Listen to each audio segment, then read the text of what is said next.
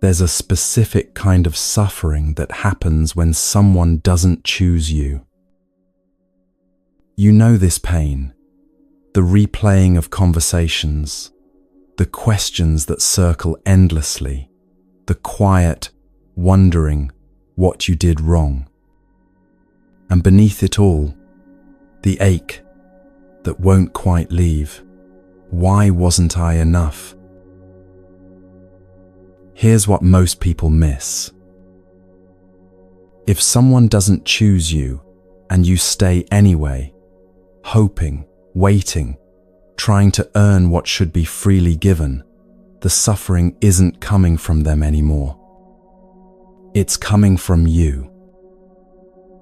Not because you're broken or weak, but because you're doing something the Buddha warned against 25 centuries ago. He called it attachment. Not love, attachment. The quiet force that keeps you reaching for what's already gone, that turns care into craving, that makes you negotiate with reality instead of seeing it clearly. And here's the compassionate truth. You weren't taught how to recognize this. No one showed you the difference between loving someone and clinging to them. You're suffering not because you're doing something wrong, but because you're doing something human, something every person does until they learn another way. Tonight, 11 authentic Buddhist stories that reveal exactly what attachment is, where it comes from, and how it finally releases. Not harsh lessons, but mirrors, encounters with this same pain and the wisdom that transformed it. If it feels right, share where you're listening from below. The first teaching begins now.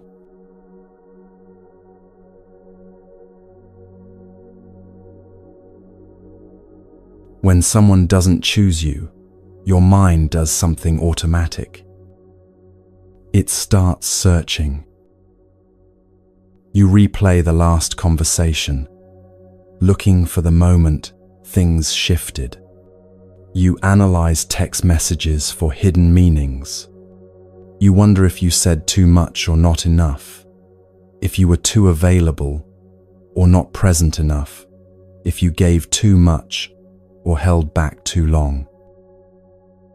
The questions multiply faster than you can answer them, and beneath every question sits one deeper ache. What's wrong with me? This isn't overthinking. This is suffering, trying to understand itself. And here's what makes it so exhausting. You're not just hurting from their absence. You're hurting from the story your mind is building about what their absence means. 25 centuries ago, a monk named Vakali understood this suffering in a way that might surprise you. Vakali wasn't rejected by a romantic partner. He wasn't passed over for a position or abandoned by a friend. Vakali's attachment was to someone who actually cared for him deeply, the Buddha himself. Vakali had become a monk for one reason. He found the Buddha's physical presence so compelling that he couldn't bear to be away from it. The way the Buddha moved, the calm in his face, the grace in his gestures, Vakali was transfixed. He would position himself where he could watch the Buddha throughout the day. He memorized every detail of the Buddha's appearance. His entire practice became about proximity to this one person. The other monks noticed. They saw how Vakali barely meditated, rarely studied, hardly engaged with the teachings. He was physically present in the monastery, but mentally consumed with watching, waiting, making sure he could see the Buddha as much as possible. Then something shifted. The Buddha began spending more time in solitude, teaching smaller groups, traveling to remote areas.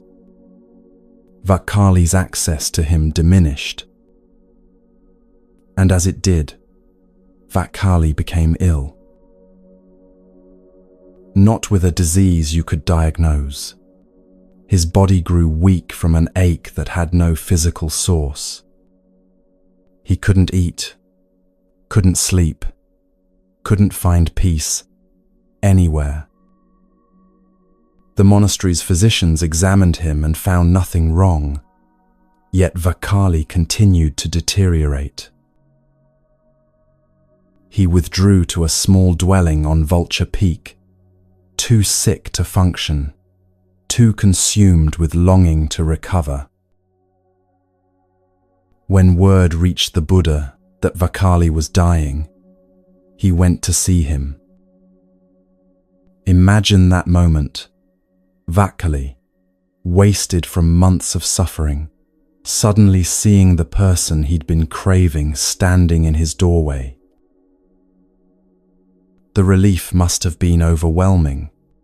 Finally, after all that absence, here was the presence he needed. But what the Buddha said next changed everything Vakali understood about his suffering. Vakali, what is there to see in this foul body? The Buddha's voice was gentle but direct. This body is subject to decay, to death, to dissolution. Why do you waste your energy clinging to it? Then he said the words that would become one of Buddhism's most important teachings. One who sees the Dhamma sees me. One who sees me sees the Dhamma. Vakali had been suffering not because the Buddha was absent, but because he was clinging to the wrong thing. He thought he needed the Buddha's physical presence. He thought his peace depended on being near this person, on seeing him, on having access to him. But the Buddha was pointing to something Vakali had missed entirely. What he actually needed wasn't a person, it was understanding. The teaching wasn't in the Buddha's face or form. It was in the truth the Buddha embodied, the wisdom he taught, the way of seeing reality clearly that he demonstrated. All of that was available to Vakali, whether the Buddha was physically present or not. But Vakali had made the Buddha into something he needed in order to be okay. And that need, that insistence that his well-being depended on someone else's proximity, was creating his suffering. This is where the Buddha's teaching on dukkha becomes painfully clear. Dukkha is the Pali word, usually translated as suffering, but it means something more specific than just pain. It's the friction that arises when you insist reality be different from what it is. When someone doesn't choose you, there's pain. That's natural. Loss hurts. Rejection stings. Loneliness aches. These are unavoidable parts of being human, of caring about connection in a world where nothing stays the same. But suffering, dukkha, is what happens when you take that natural pain and add insistence to it. You insist they should have chosen you. You insist the connection should have lasted. You insist that their absence means something terrible about your worth. You insist that you can't be okay without them, that your peace depends on them returning, that life won't make sense until they see your value. Every insistence creates friction. Every should rubs against what is.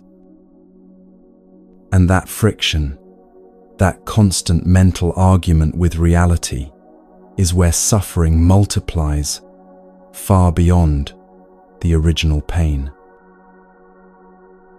Vakali's body was healthy. The Buddha still existed in the world. The teachings were still available. But Vakali had convinced himself that none of that mattered if he couldn't have the Buddha in the specific way he wanted. The suffering wasn't coming from the Buddha's absence. It was coming from Vakali's relationship to that absence. This is the part most people miss when they're not chosen. You think the pain is about them, their decision, their absence, their apparent indifference. And yes, there's real pain in not being chosen. That pain is valid. It's human. It matters. But the suffering that keeps you up at night, that makes you check your phone compulsively, that has you rehearsing conversations and analyzing every interaction that's not coming from them anymore. That's coming from what your mind is doing with their absence. Your mind is doing what Vakali's mind did. It's taking a person and turning them into a condition for your peace. It's insisting that you can't be okay without them choosing you. It's making their decision into a verdict about your worth, rather than information about compatibility, timing, or their own capacity. The Buddha told Vakali something crucial. This body is subject to decay, to death, to dissolution. He wasn't being morbid. He was pointing to impermanence, the truth that everything changes, including people, including feelings, including circumstances. When you make your peace dependent on something impermanent, someone's feelings, someone's choice, someone's presence, you're building on unstable ground. Not because the person is bad, or because caring is wrong, but because impermanence is the nature of all conditioned things. People change their minds, feelings shift, circumstances evolve. What felt certain becomes uncertain. What felt permanent reveals itself as temporary. None of this is personal. None of this is punishment. This is just how reality works. But when you don't understand this, when you take impermanence personally, it feels like something is wrong with you. Vakali thought something was wrong with him when the Buddha spent less time visible to the monks. He didn't understand that the Buddha was simply doing what the Buddha needed to do, teaching, practicing, responding to circumstances as they arose. The Buddha's schedule had nothing to do with Vakali's worth, but Vakali had made it about his worth. He'd made the Buddha's presence into proof that he mattered, and the Buddha's absence into evidence that he didn't. You might be doing the same thing right now. Someone's decision not to choose you might have nothing to do with your value and everything to do with where they are, what they're capable of, what they're seeing or not seeing in their own life. But your mind takes their decision and turns it into a story about what's wrong with you. The Buddha's response to Vakali wasn't to convince him that he was worthy of being watched. It wasn't to spend more time with him or validate his need for proximity.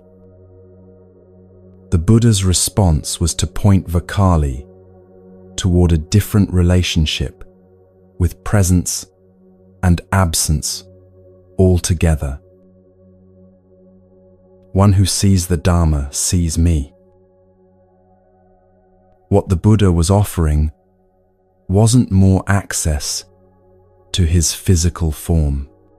He was offering something that couldn't be taken away by distance or time, or changing circumstances. He was offering understanding.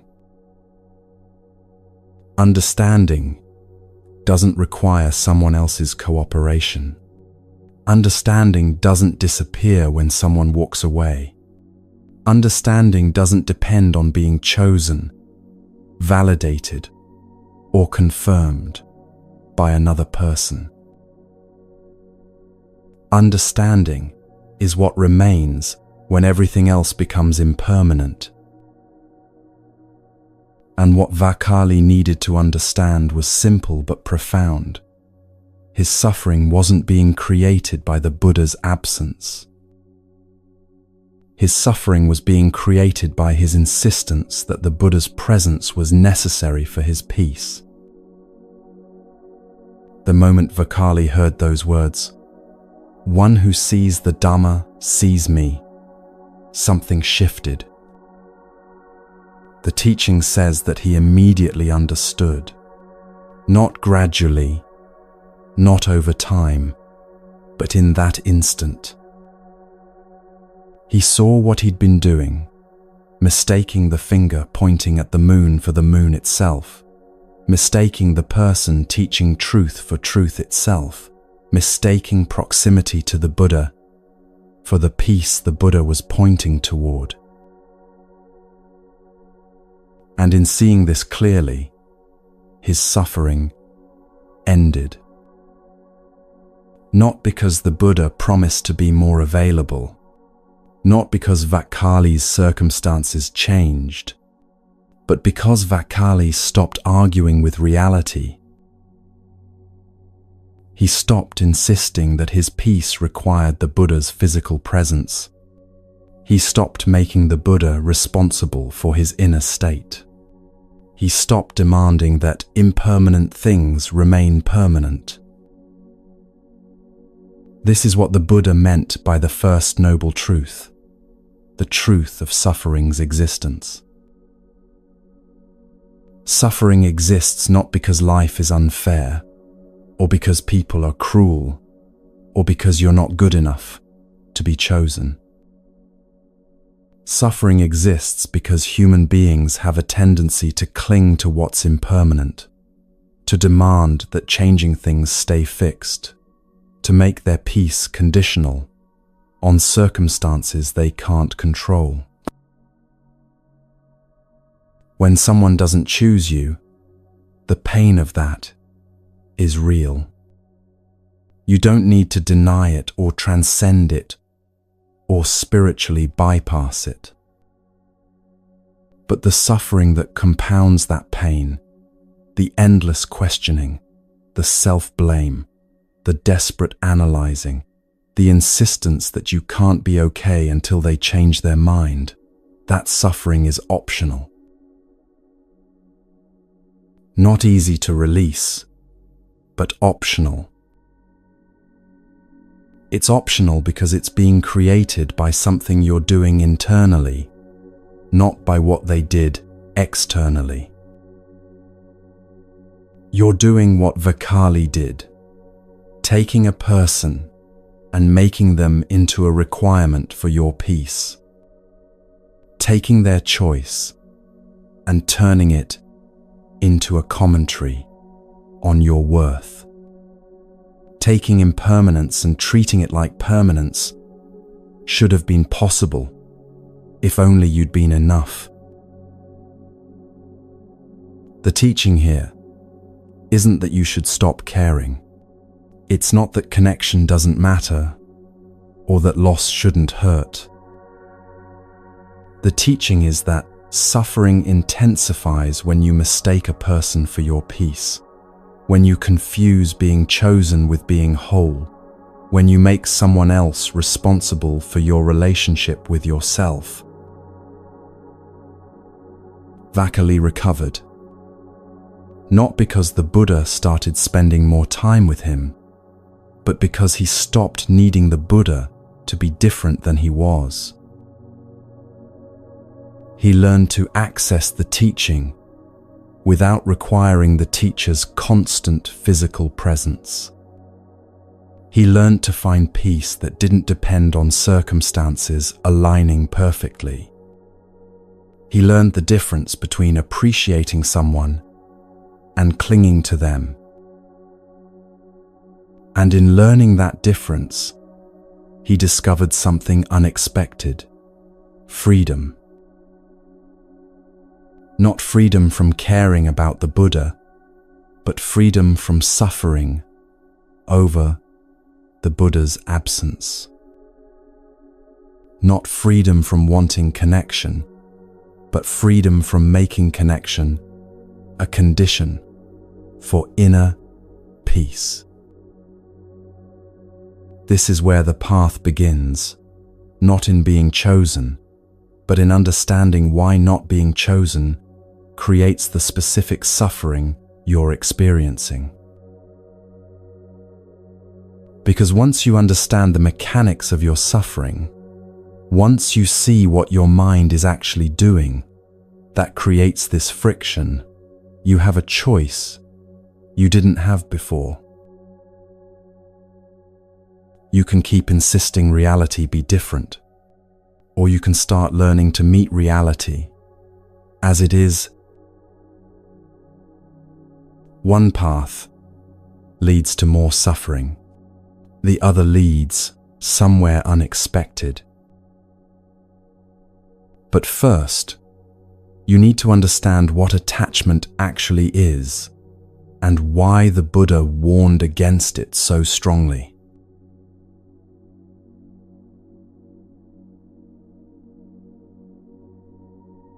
Most people think attachment is love taken to an extreme.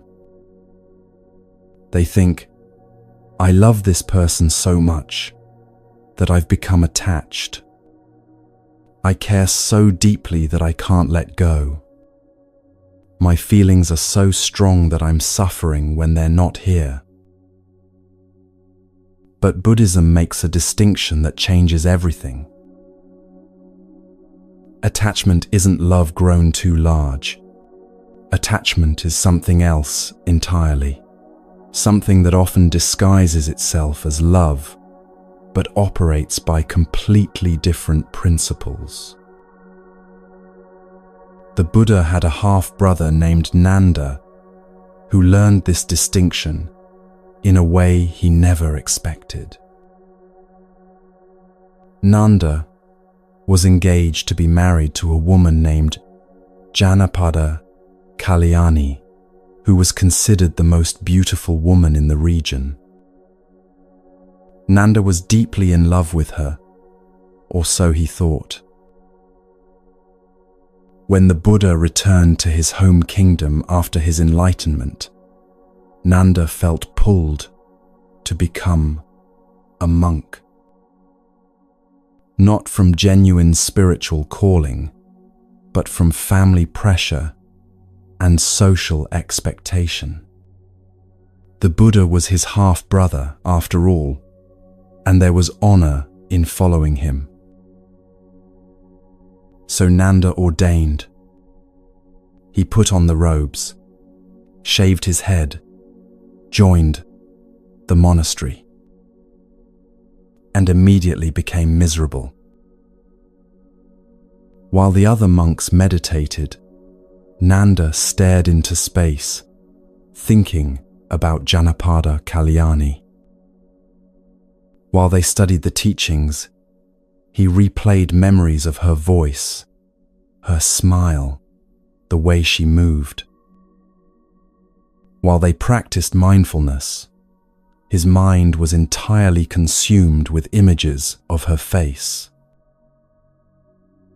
He couldn't eat properly because longing sat heavy in his stomach. He couldn't sleep because desire kept him awake at night. He couldn't focus on anything except the aching absence of the woman he'd left behind. The other monks noticed. They saw him performing his duties mechanically, while his mind was clearly elsewhere. They heard him sigh at random moments throughout the day. They watched him grow thin and withdrawn, going through the motions of monastic life while suffering intensely inside. One day, Nanda made a decision. He would leave the monastery and return to her. The teachings didn't matter if he couldn't have her. Enlightenment meant nothing compared to being with her again. He'd tried the spiritual path and found it empty because it didn't contain the one thing he needed, her presence. He was packing his belongings when the Buddha appeared at his door. "Come walk with me," the Buddha said simply.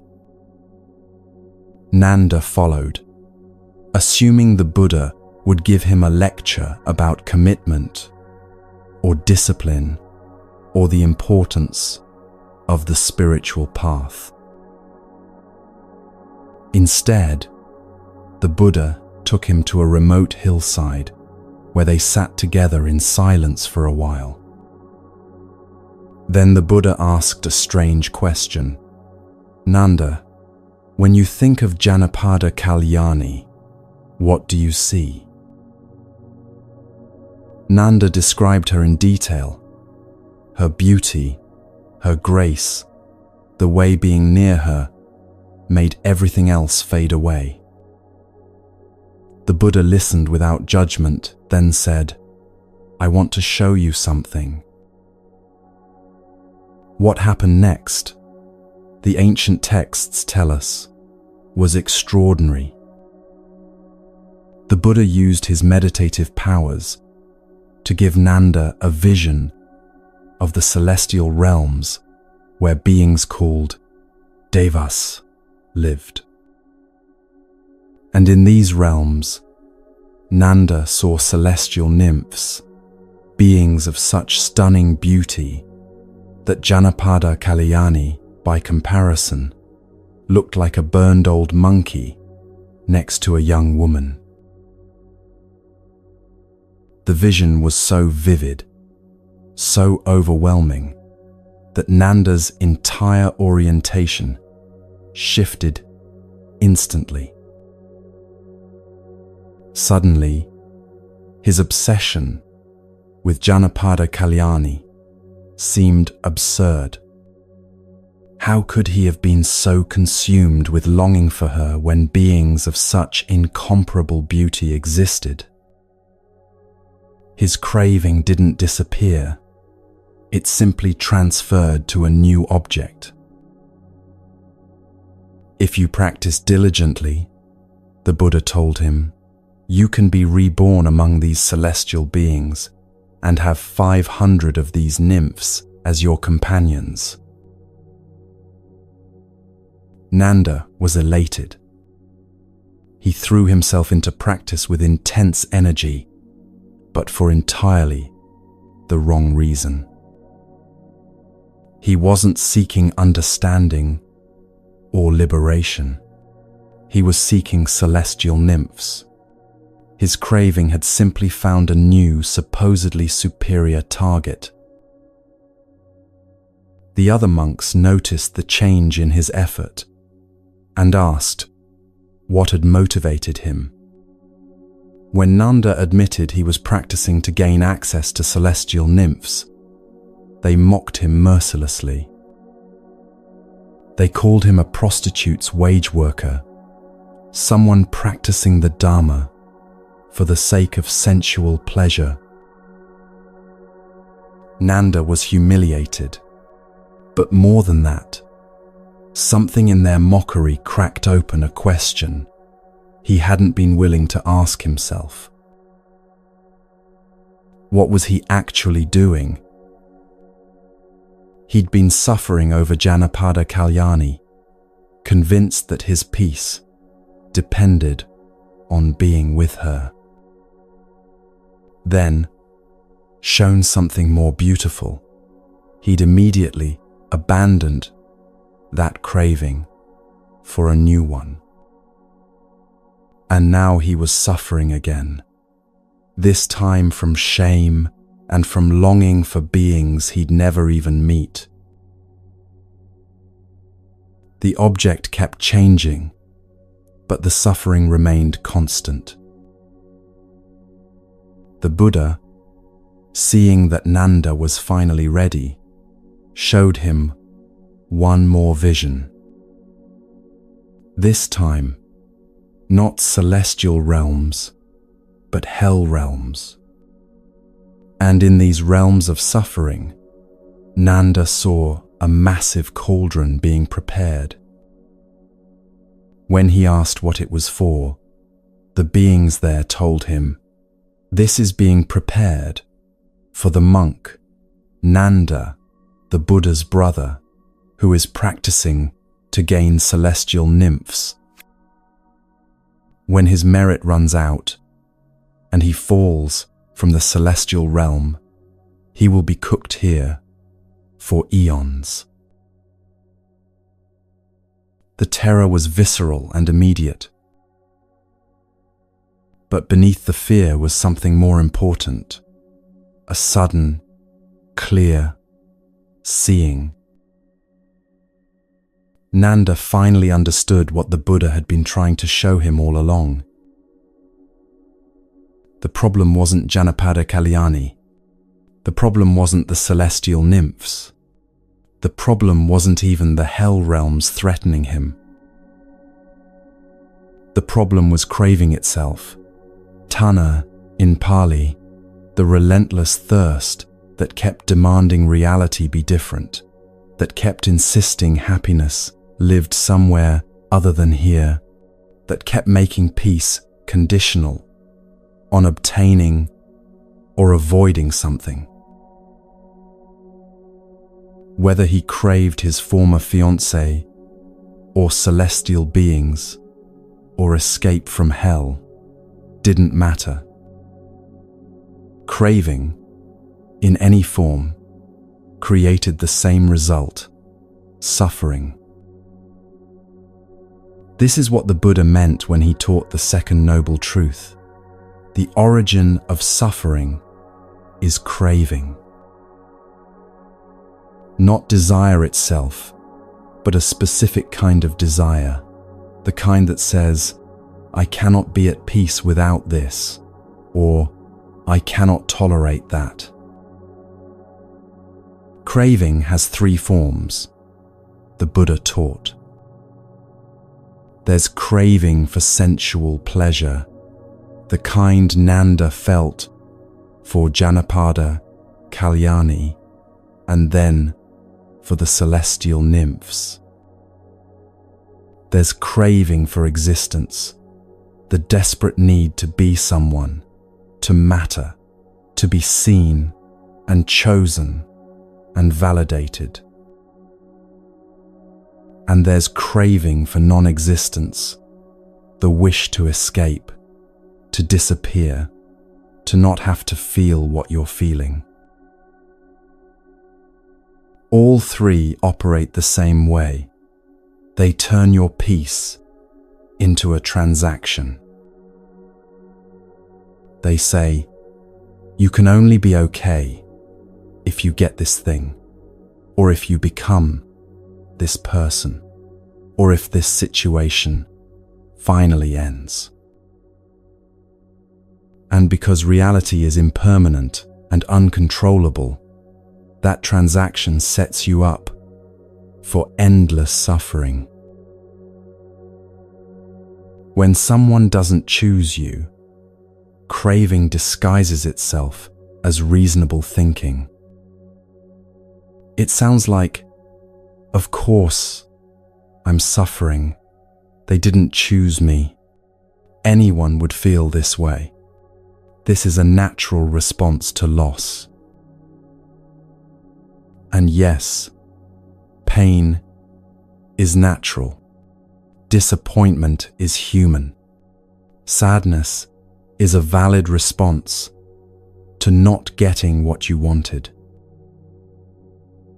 But craving adds something extra. It adds the insistence that you cannot possibly be okay without being chosen. It adds the conviction that your worth is determined by their decision. It adds the belief that peace is impossible until they change their mind, or until you find someone else, or until enough time passes that you finally stop caring. Craving takes a moment of pain and turns it into an identity. You become the person who wasn't chosen instead of a person experiencing the pain of not being chosen right now. You make their decision into evidence about your fundamental value instead of information about this particular situation at this particular time. And once you've done that, you're trapped. Because now you're not just dealing with the original pain, you're dealing with all the mental proliferation that craving creates, the endless analysis, the self-blame, the comparison to others who were chosen, the desperate strategizing about how to become more acceptable, the bitter narrative about how you always end up in this position. This is what Nanda finally saw. His suffering over Janapada Kalyani wasn't because she was uniquely special, or because their connection was so profound that living without it was impossible. His suffering was because he'd made his peace conditional on having her, and when that condition couldn't be met, his mind created elaborate justifications for why he should continue suffering. When the Buddha showed him the celestial nymphs, Nanda's craving immediately transferred. He didn't need time to process or grieve or work through his feelings for Janapada Kalyani. The moment a more attractive option appeared, his supposed deep love vanished and reformed around a new object. This revealed something crucial. His attachment wasn't about Janapada Kalyani at all. It was about the craving itself, looking for somewhere to land. And craving is never satisfied. Even if Nanda had married Janapada Kalyani, the craving wouldn't have ended.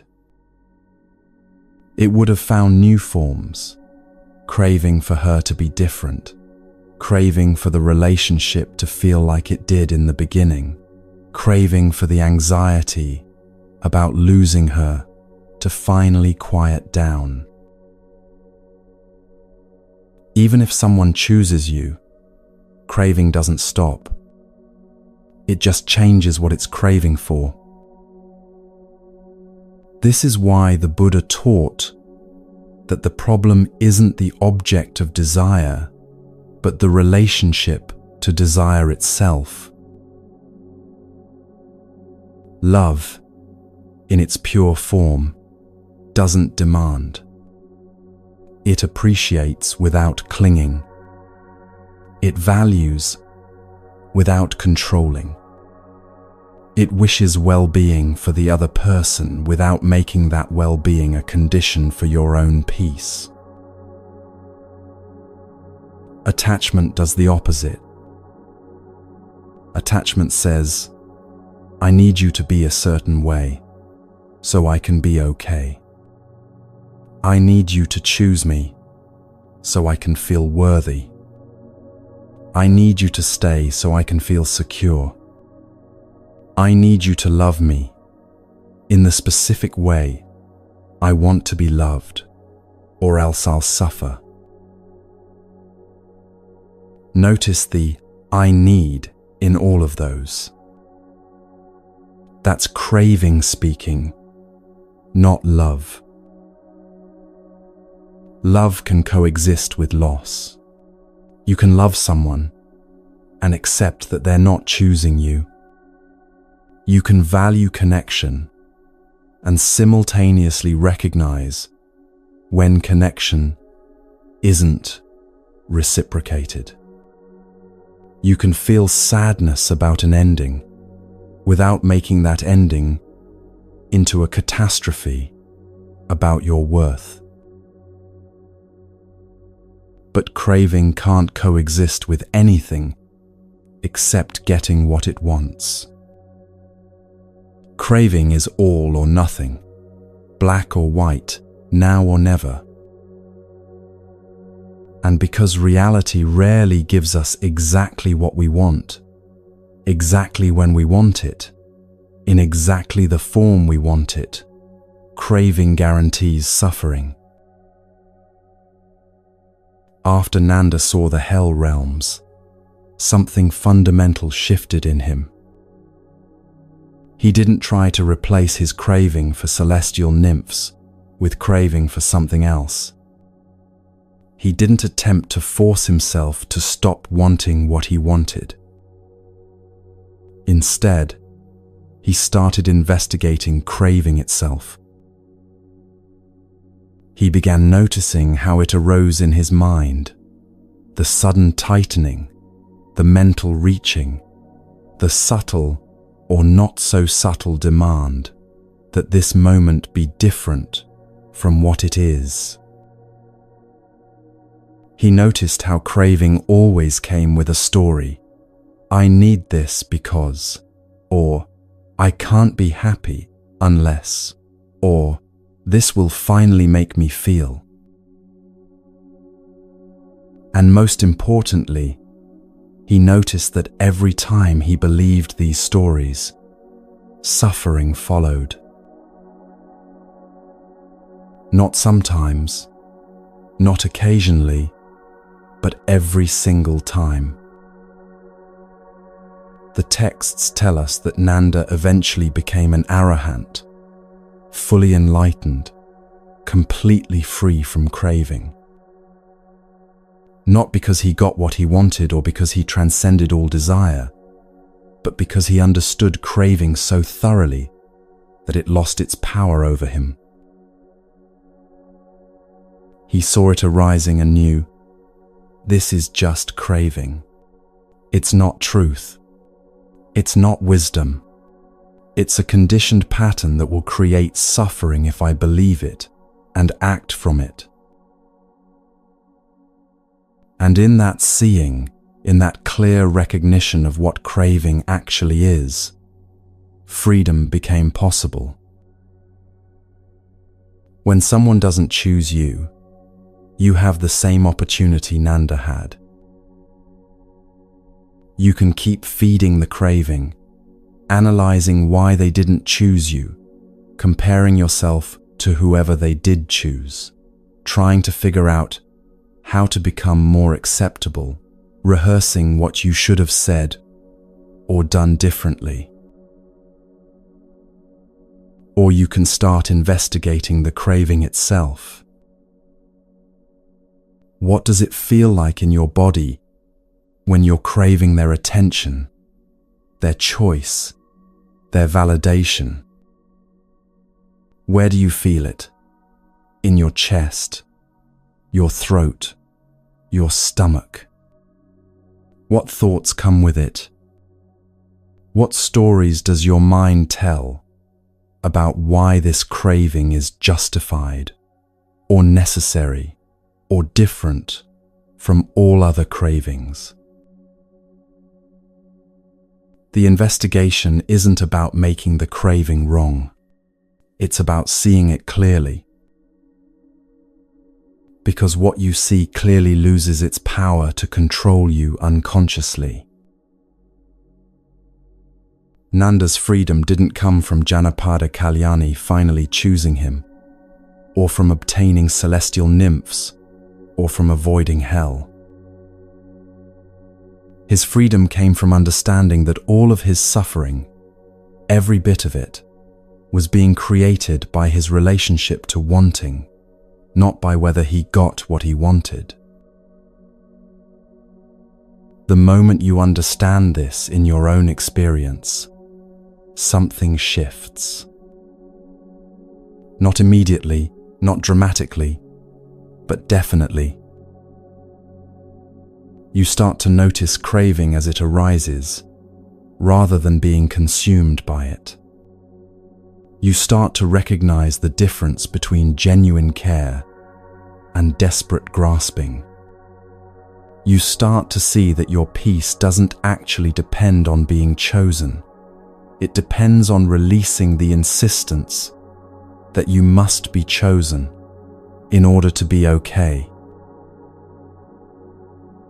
And once you see that clearly, the path forward becomes obvious.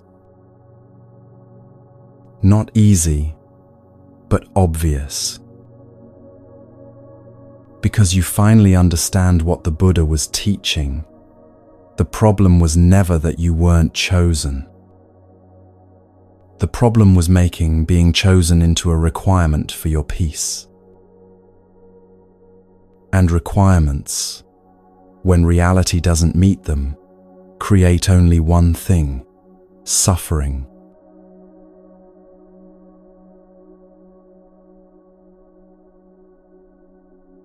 Shortly after his enlightenment, the Buddha was traveling with a group of former fire worshippers who had become his students. These were people who had spent years conducting elaborate rituals around fire, believing that properly tending flames would bring blessings and prevent misfortune. They understood fire intimately, how it starts, what feeds it, how it spreads, how it consumes. They knew that fire was never static, always hungry, always seeking fuel. The Buddha brought them to a hillside and began teaching in language they would understand. "Monks," he said, "all is burning. Not some things, not just certain experiences, all of it. The eye is burning. Forms are burning. Eye consciousness is burning. Eye contact is burning. Whatever feeling arises with eye contact as condition, pleasant, painful, or neither pleasant nor painful, that too is burning." He went through each sense systematically. The ear is burning, sounds are burning. The nose is burning. The tongue is burning. Tastes are burning. The body is burning. Tactile objects are burning. The mind is burning. Thoughts are burning. Everything you experience through your senses, everything you think about, everything you feel, all of it burning. The monks must have felt the weight of this teaching settling over them. They had spent years trying to control external fires, conducting rituals to appease flame, believing that if they just performed the ceremonies correctly, they could prevent burning. Now the Buddha was telling them that the real fire wasn't outside. It was internal, continuous, burning through every moment of experience. Then he asked the question that makes this teaching cut to the core: burning with what? The monks leaned in, waiting. Burning with the fire of greed, with the fire of hatred, with the fire of delusion. Burning with birth, aging, and death, with sorrow, lamentation, pain, grief, and despair. This wasn't poetry. This was description. The Buddha was naming the exact experience of internal burning that every human knows but rarely understands. And if you've ever chased someone who doesn't choose you, you know exactly what this burning feels like. Your chest burns with longing every time you think about them. Your mind burns with obsessive thinking, analyzing every interaction, every word, every silence. Your body burns with anxiety when you see they've read your message but haven't responded. There's a specific exhaustion that comes from this kind of chasing. Not the physical tiredness of running after something, but the deeper depletion of constantly reaching for what moves away, constantly hoping for what doesn't come, constantly offering yourself to someone who isn't receiving. You check your phone even though you know there won't be a message. You replay conversations looking for signs you might have missed. You adjust your behavior, your appearance, your availability, hoping that if you just get the formula right, they'll finally choose you. And beneath all of this activity is a question that burns. What do I need to do to make them see me? The Buddha's fire sermon reveals something crucial about what's actually happening when you chase. This burning isn't coming from the other person. They're not setting you on fire. You're burning from the inside, from 3 specific fires the Buddha named. The first fire is greed, the grasping, demanding quality of wanting. When you chase someone who doesn't choose you, the greed is obvious. You want them, you crave their attention, you desire their choice. This wanting feels natural, even justified. Of course you want them. They matter to you. You feel connection. You see potential. But greed in the Buddhist sense isn't just wanting.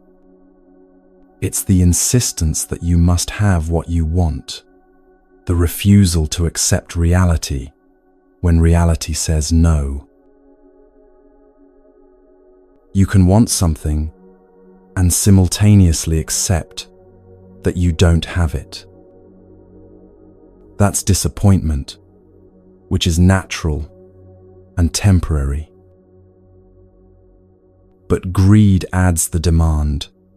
Reality is wrong for not giving me this, and I will not accept this outcome, and I will keep reaching until I get what I want. That demand keeps the fire burning. Every text you send hoping for a different response, fuel for the fire of greed. Every time you refresh their social media to see what they're doing, more fuel. Every mental rehearsal of what you should have said or could still say, fuel every attempt to become more attractive, more interesting, more available. Fuel. The fire grows hotter with each addition. You might notice this in your body, the tightness in your chest when you think about them, the restlessness that makes it hard to focus on anything else, the way your heart races when their name appears on your screen. This physical burning is the manifestation of greed working through your system. It's not metaphorical. Your nervous system is actually activated. Your stress hormones are elevated. Your body is in a state of constant reaching. The second fire is hatred, but not in the way you might expect. You might not think you hate the person who doesn't choose you. In fact, you probably believe you care about them deeply. But hatred in Buddhist terms isn't just anger or rage. It's aversion, the pushing away of what is. When you chase someone who doesn't choose you, you're in a constant state of aversion to reality. You're rejecting what's actually happening and insisting it should be different. This rejection burns. It creates a constant friction between what is and what you demand should be. And that friction, that refusal to accept reality as it presents itself, feeds the fire continuously. You can feel this friction in the way your mind argues with itself. One part says, "They're not interested," and another part immediately counters, "But maybe they're just busy," or "Maybe they're afraid," or "Maybe I just need to try one more time." This internal argument is the fire of aversion burning through your mental space. It consumes enormous energy because you're fighting with reality moment by moment, refusing to let things be as they are. Sometimes the aversion turns toward yourself. You hate that you can't let go, hate that you're still thinking about them, hate that you're behaving in ways that feel desperate or undignified. That self-directed aversion is also fuel for the fire. Every time you criticize yourself for still caring, every time you judge yourself for not being over it yet, you're adding another log to the blaze. The third fire is delusion, and this might be the most important of all. Delusion here doesn't mean you're stupid or out of touch with reality. It means you're misunderstanding something fundamental about how things work. When you chase what doesn't choose you, the delusion usually takes one of several forms. You might believe that if you just try hard enough, they'll eventually see your value. This is delusion about control, the belief that your effort can override someone else's lack of interest. You might believe that being chosen by them will solve something essential about your life. This is delusion about where peace comes from, the belief that external validation creates internal stability. You might believe that you can't be okay without them choosing you. This is delusion about your own wholeness, the belief that another person's decision determines your fundamental worth or capacity for peace. All of these delusions feed the fire because they keep you engaged with a false narrative about what's happening and what's possible. Delusion is particularly insidious because it sounds so reasonable. Your mind constructs elaborate justifications for why this situation is different, why your efforts will eventually pay off, why waiting just a little longer makes sense. But underneath all the reasonable-sounding thoughts is a fundamental misunderstanding. You believe you can make someone choose you through force of will, or depth of feeling, or strategic behavior. You can't. You never could. And every moment you believe you can is a moment you're feeding the fire of delusion. The monks listening to the fire sermon understood something crucial from their years of working with actual fire. They knew that you don't need to destroy fire or fight against it. You simply stop feeding it, and it takes care of itself. Fire needs fuel to burn. Without fuel, fire goes out naturally, not because you forced it out or smothered it, but because nothing remains to feed it. When you chase what doesn't choose you, you are the one adding fuel. You're not just passively experiencing the burning, you're actively maintaining it. This is where the Buddha's teaching becomes profoundly empowering. Because if you're the one feeding the fire, you're also the one who can stop. This is the Buddha's teaching on cessation, the third noble truth. Suffering doesn't end because you achieve some special state or transcend your humanity or convince yourself not to care. Suffering ends when you stop creating it. And you stop creating it by stopping the craving and grasping that fuel it. The Buddha's teaching on fire is radical because it shows you where your power actually is. You can't control whether someone chooses you. You can't force interest where it doesn't exist. You can't make someone see you the way you want to be seen. But you can stop adding fuel to the fire that's burning you. This doesn't mean you force yourself to stop caring. It doesn't mean you suppress your feelings or pretend you're fine when you're not.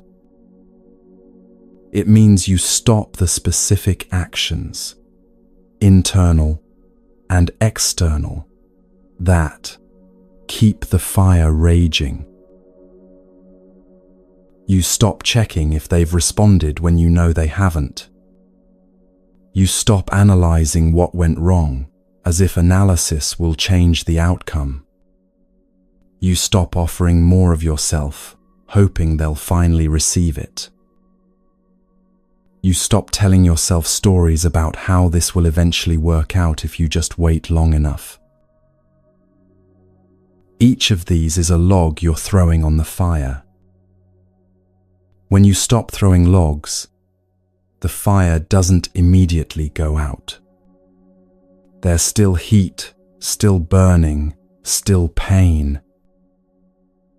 But without new fuel, the fire begins to consume what remains and naturally diminishes. Think about what happens when you actually stop checking your phone every 5 minutes. At first, the urge to check intensifies. This is the fire burning through the fuel that's already there. But if you don't add new fuel by giving in to the urge, the intensity gradually decreases. The same happens with replaying conversations or imagining scenarios where they change their mind. When you catch yourself doing it and simply stop, not by force, but by recognition, the activity naturally winds down. And here's the compassionate truth in this teaching. You're not burning because something is wrong with you. You're burning because you're human, and you were never taught how to relate to wanting without turning it into fuel. Nobody showed you the difference between appreciating someone and grasping for them. Nobody explained that you could feel disappointed without making disappointment into an identity. Nobody taught you that your peace doesn't actually depend on being chosen, even though it feels like it does. So you keep adding fuel, because that's what humans do when they don't understand the mechanics of their own suffering. The fire sermon ends with a simple instruction.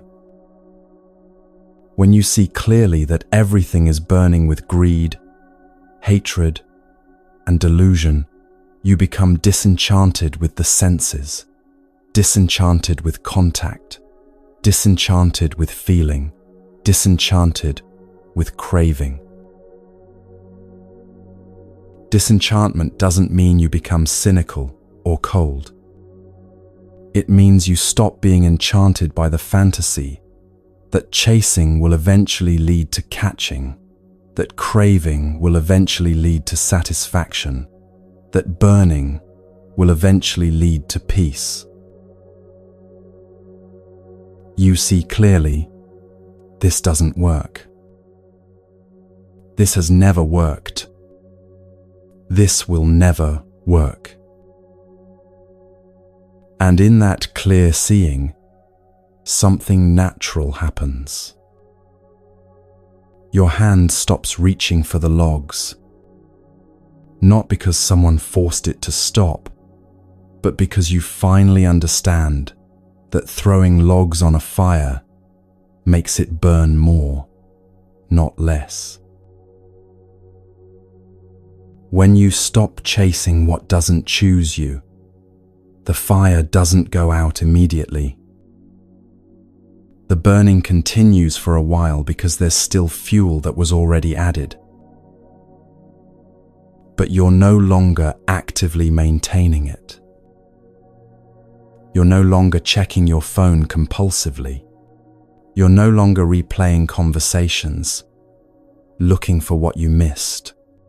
You're no longer trying to become whoever you think they want you to be.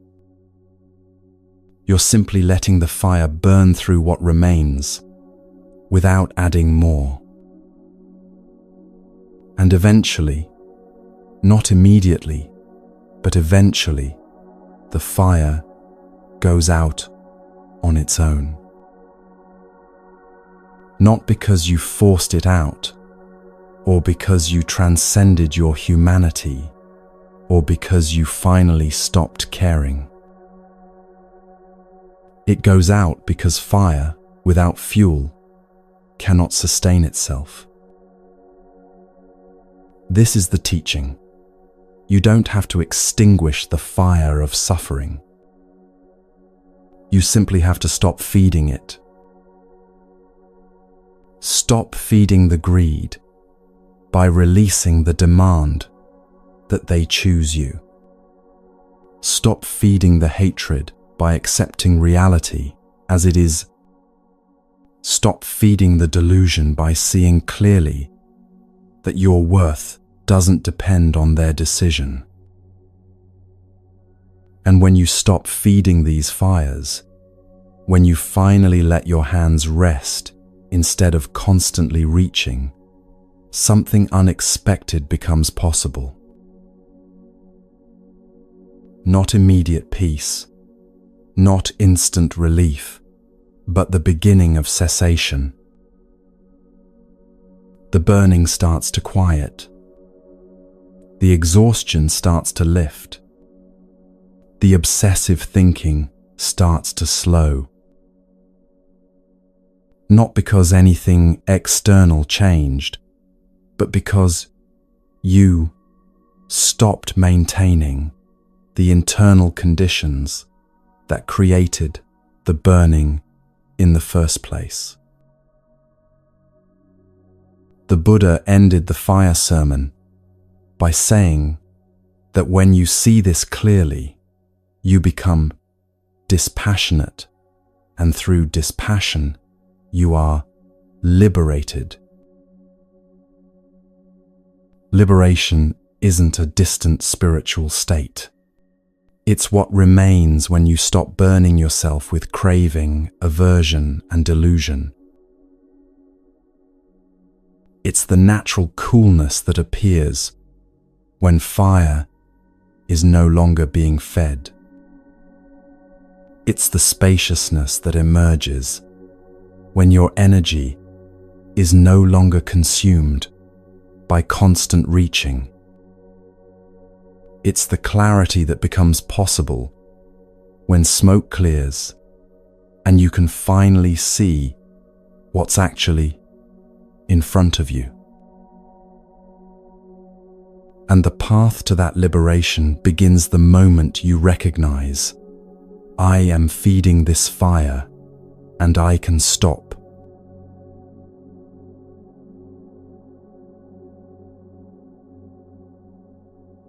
The Buddha once told a story about a time in a previous life when he was a crow. One day, this crow found a piece of meat, not a large piece, but substantial enough to matter. The crow picked it up in its beak and flew away, pleased with its discovery. But an eagle had been watching. The eagle began chasing the crow, diving and attacking, trying to steal the meat. The crow flew as fast as it could, clutching the meat tightly in its beak, refusing to let go of what it had found. The eagle pursued relentlessly. It struck the crow with its talons, tore at the crow's wings, attacked again and again. The crow's body became battered and bloodied from the assault, but still it held on to the meat. This went on for a long time, the crow desperately trying to escape while holding the meat, the eagle violently pursuing. The crow grew exhausted from the effort of flying while being attacked, from the pain of its injuries, from the terror of being hunted. Finally, the crow could hold on no longer. Not because it chose to let go, but because it was too depleted to keep grasping. The meat fell from its beak and dropped to the ground below. And the moment the meat fell, something extraordinary happened. The eagle stopped chasing. It dove down to claim the meat on the ground and flew away, no longer interested in the crow at all. The crow, now flying without the burden of the meat and without the threat of the eagle, found itself suddenly free. The attack ceased. The pursuit ended. The terror dissolved. In that moment, the crow understood something profound. The suffering hadn't been caused by the eagle. The suffering had been caused by holding on to the meat. The Buddha ended the story by saying, I was that crow. Attachment is the meat. Let it go. This story reveals something essential about what happens when someone doesn't choose you and you can't let go. You become like the crow, clutching tightly to something, not meat, but the idea of them, the hope of them choosing you, the fantasy of how things could be if only they would see your value. And as you hold on, you're being attacked. Not by an eagle, but by your own suffering, the obsessive thinking that won't stop, the anxiety that keeps you tense, the replaying of conversations that never brings clarity, the constant checking for messages that don't arrive. The tighter you grip, the more violent the assault becomes. But you keep holding on because you believe that letting go means losing something important. You believe that if you just hold on long enough, somehow the suffering will stop and you'll get to keep what you're clutching. What the crow discovered is what the Buddha taught repeatedly. The suffering doesn't stop until you release what you're grasping. Most people misunderstand what letting go means in Buddhism. They think it means you stop caring. They think it means you become cold or indifferent or detached in a way that makes you less human. They think it means giving up on love, on connection, on the possibility of meaningful relationship. But that's not what letting go means at all. Letting go doesn't mean you stop caring about the person who didn't choose you. It means you stop making your peace conditional on them choosing you. Letting go doesn't mean you become emotionally numb. It means you stop demanding that reality be different from what it is. Letting go doesn't mean you'll never feel pain again. It means you stop creating additional suffering by arguing with the pain that's already here. The crow in the story didn't stop being a crow when it released the meat. It didn't transcend its nature or become something other than what it was. It simply stopped clutching something that was causing it to be attacked. And in that release, it found freedom, not from being a crow, but from the suffering that came from holding on. When someone doesn't choose you, there's real loss involved. You lose the possibility you imagined. You lose the future you were hoping for. You lose the connection you valued, at least in the form you wanted it to take. That loss is painful, and the pain is valid. Letting go doesn't erase that pain or make it disappear. What letting go does is stop you from adding layers of suffering on top of the pain. Think about the crow's experience. There was the meat, a real thing it had found and wanted to keep. Losing the meat involved genuine loss. The crow would go hungry, at least for a while. But the suffering, the attacks, the injuries, the exhaustion, the terror, all of that was created by holding on, not by the loss itself.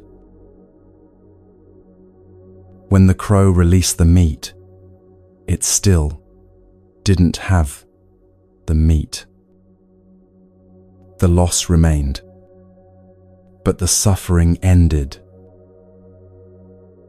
This is the distinction the Buddha kept pointing to. Pain is inevitable, but suffering is created by our relationship to pain.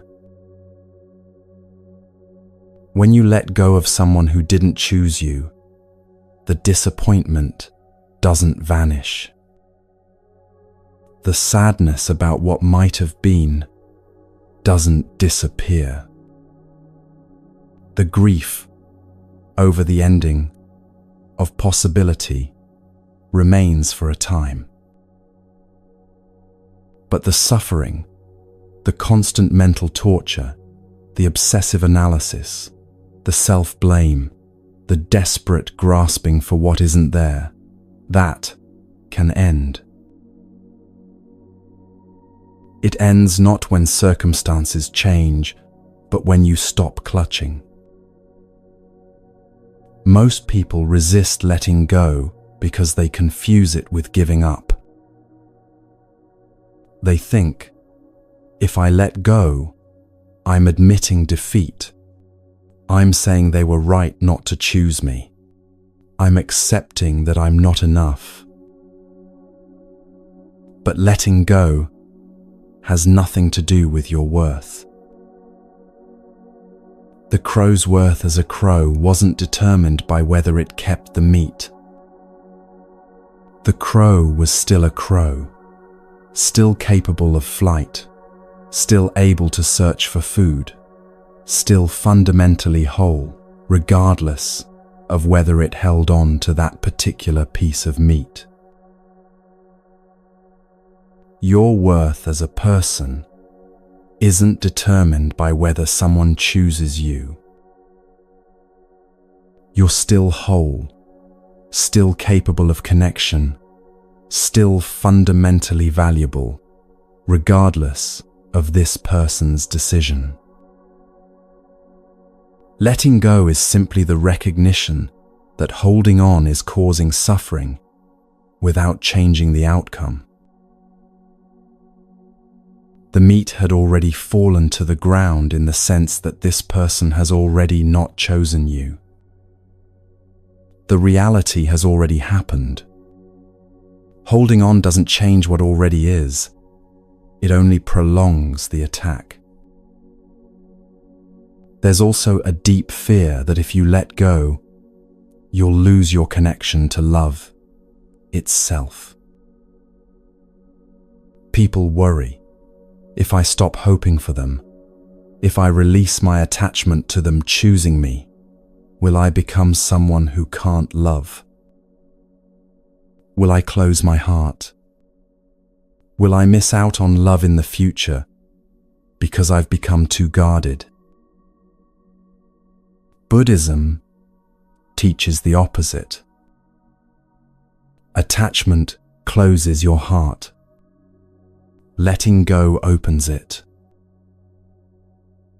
When you're attached, when you're like the crow desperately clutching the meat while being attacked, your entire world narrows to that one thing. You can't see anything else. You can't receive anything else. You can't experience anything else fully, because all your energy is consumed by holding on and protecting yourself from the attack that holding on creates. The moment the crow released the meat, its world opened up again. It could fly freely. It could see the sky, feel the wind, notice other possibilities for food. It could return to being a crow living in the world, instead of a crow trapped in desperate clutching. When you let go of someone who didn't choose you, something similar happens. Your attention, which has been completely consumed by one person and one outcome, begins to expand again, You start noticing your own life, the friendships you've been neglecting, the activities that used to bring you joy, the moments of beauty that have been happening around you while you were trapped in obsessive thinking. You become available for connection again, not necessarily romantic connection, though that may come, but connection to yourself, to others, to the present moment. The Buddha taught that clinging and grasping create a contracted state. When you clench your fist tightly around something, your whole body tenses. When you clench your mind around an outcome, your entire being contracts. Letting go is release of that contraction. It's not that you stop caring. Caring can remain. It's not that you stop feeling. Feelings can still arise and pass. But you're no longer contracted around demanding that reality be different from what it is. There's a practice in Buddhism called non-clinging, and it's different from detachment in the way most people understand detachment. Detachment, as commonly understood, suggests you step back from life, that you stop engaging, that you protect yourself by not caring. Non-clinging means you engage fully with life. You allow yourself to care. You remain open to connection, but you don't grasp. You appreciate without possessing. You value without demanding. You care without making your peace conditional on specific outcomes. Think again of the crow. After releasing the meat and escaping the eagle, the crow didn't stop eating. It didn't decide that searching for food was too risky, or that wanting nourishment was the problem. The crow continued being a crow, continued seeking food when hungry, continued engaging with life. But it learned something about the difference between finding food and being attacked for food, between nourishment and desperate clinging that invites assault. When you let go of someone who didn't choose you, you're not deciding never to want connection again. You're not protecting yourself by shutting down. You're learning the difference between appreciating connection and being attacked by your own desperate grasping for it. The practice of letting go involves several movements, and they don't all happen at once. The first movement is recognition. You begin to see that you're like the crow. You're being attacked. You're suffering, and the suffering is connected to what you're clutching. This recognition often comes as exhaustion. You realize you can't keep doing this. You can't keep checking your phone obsessively. You can't keep replaying the same scenarios in your mind. You can't keep offering yourself to someone who isn't receiving you. The exhaustion itself is information. It's your system saying, this isn't sustainable. This is depleting you. Something needs to change. The second movement is willingness. You become willing to consider that holding on might be optional. You become willing to entertain the possibility that you could survive without them choosing you. You become willing to examine what you're actually clutching and whether clutching it serves you. Willingness doesn't mean you know how to let go yet. It just means you're no longer insisting that holding on is the only option. The third movement is the actual release. For the crow, this happened through exhaustion. It literally could no longer hold on. For humans, release can happen different ways. Sometimes it happens through a conscious decision. I am choosing to stop feeding this, to stop checking, to stop offering what isn't wanted. Sometimes it happens through understanding.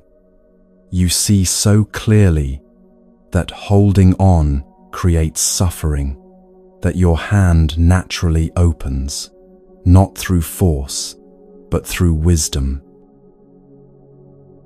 Sometimes it happens through simple passage of time. One day you realize you haven't thought about them in hours, and the clutching has loosened without you noticing exactly when it happened. The release rarely feels victorious or empowering in the moment.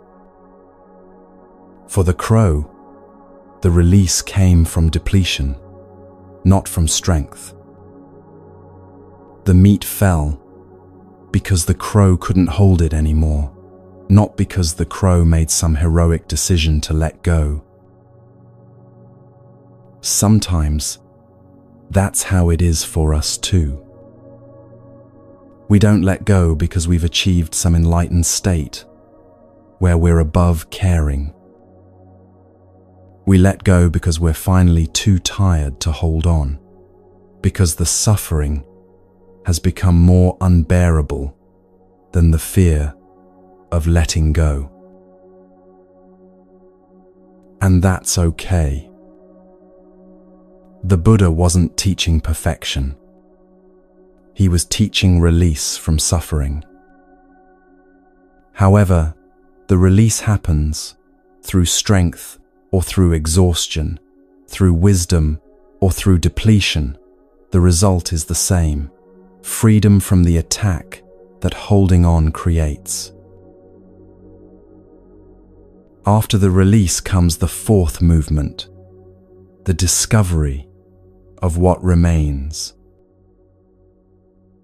The crow discovered it could fly freely once the meat was gone and the eagle had departed. It discovered that being without the meat was actually preferable to being with the meat and being attacked for it. When you let go of someone who didn't choose you, you make a similar discovery. You discover that you're still here. You still exist without them choosing you. Your life continues. Your breath continues. Your capacity for joy hasn't disappeared just because this one connection didn't work out the way you hoped. You discover that the hole you thought would consume you is actually just space.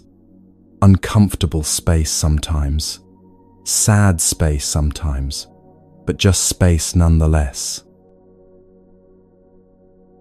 And space, you learn, is where new things can enter. When your hands are clenched tightly around something, they can't receive anything else. When they open, when they release, they become available again. This doesn't mean you immediately find someone else, or that you stop caring about the person who didn't choose you. It means your life is no longer consumed by desperate clutching, and in that non-consumption, you have energy available for other things, for yourself, for healing, for growth, for presence with what's actually here, rather than constant yearning for what isn't. The Buddha emphasized, that letting go is a practice, not a one-time event. You might let go and then find yourself clutching again. You might release and then grab back. You might think you've let go, only to discover layers of holding on that you didn't see before. This isn't failure. This is the nature of practice. Each time you recognize you're clutching, and each time you practice releasing, you're training yourself in a new way of relating to loss, to disappointment, to not getting what you want. You're learning that you can survive without clutching. You're discovering that letting go doesn't destroy you. You're experiencing directly that release brings relief, even when it also brings sadness. Over time, the practice becomes more natural. You notice clutching arising sooner. You recognize the signs, the tightness in your chest, the obsessive quality of your thoughts, the way you're scanning for information that will change the reality you don't want to accept. And you remember, this is like the crow holding the meat while being attacked. Holding on doesn't make the meat mine. It just means I keep getting hurt. The Buddha's teaching on letting go isn't about transcending human feeling or becoming invulnerable to pain. It's about understanding the mechanics of suffering clearly enough that you stop creating unnecessary suffering on top of inevitable pain. The crow didn't stop being a creature that needs food. It didn't transcend hunger or become beyond the need for nourishment. But it learned that being attacked while trying to keep food is worse than letting food go and finding peace. You don't stop being someone who wants connection and love. You don't transcend the human need for belonging and being chosen. But you learn that being attacked by your own desperate grasping is worse than letting go and finding peace. And once you learn this, once you experience directly that release brings relief even when it brings loss, you have a choice you didn't have before. You can continue clutching and being attacked. The meat might be gone either way, but only one of those options ends the suffering. And that ending, that release from being attacked by your own attachment, is what the Buddha meant by liberation. Not liberation from feeling, not liberation from caring, not liberation from being human. Liberation from suffering. Liberation from the attack that comes from desperate clutching. Liberation that arrives the moment you finally let go.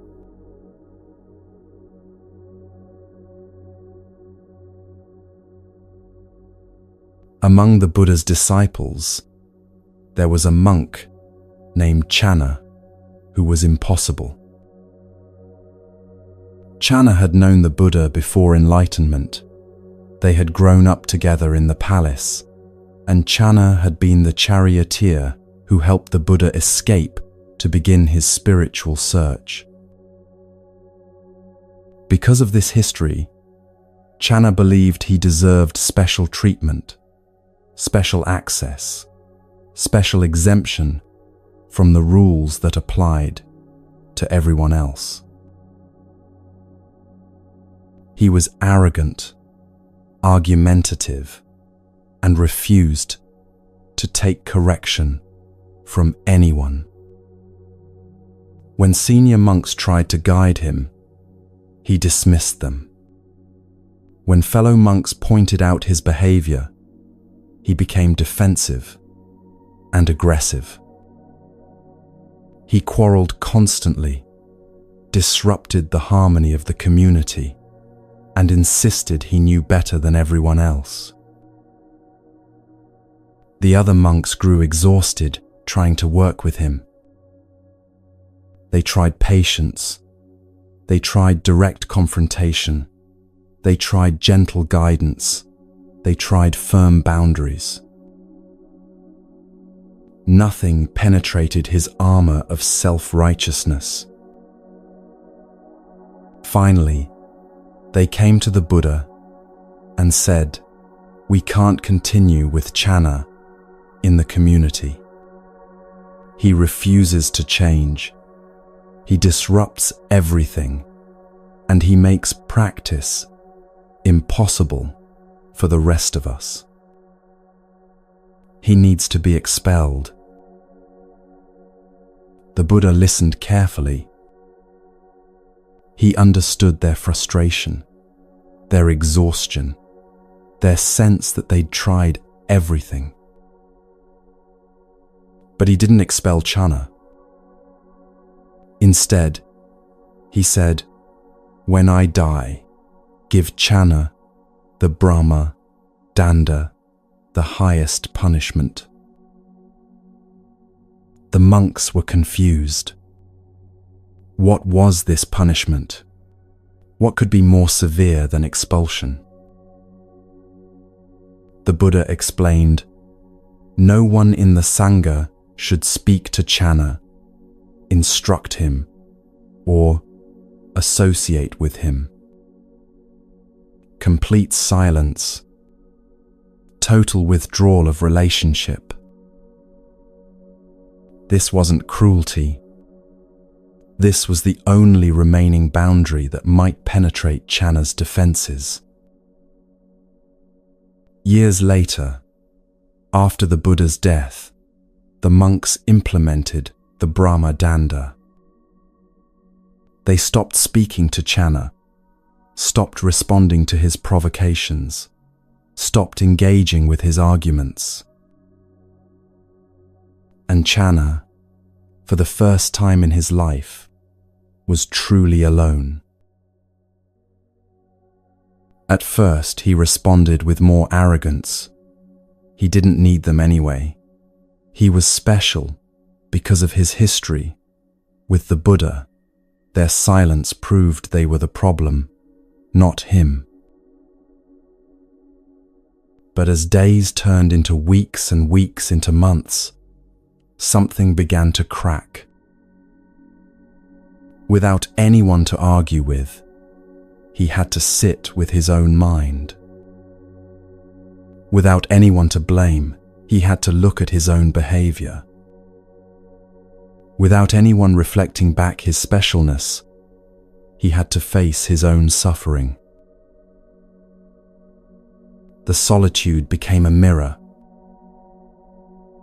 And in that mirror, for the first time, Channa saw himself clearly, not the special person he'd been telling himself he was, but an arrogant, defensive, suffering human being who'd been pushing everyone away because he was afraid of being ordinary. He broke down completely.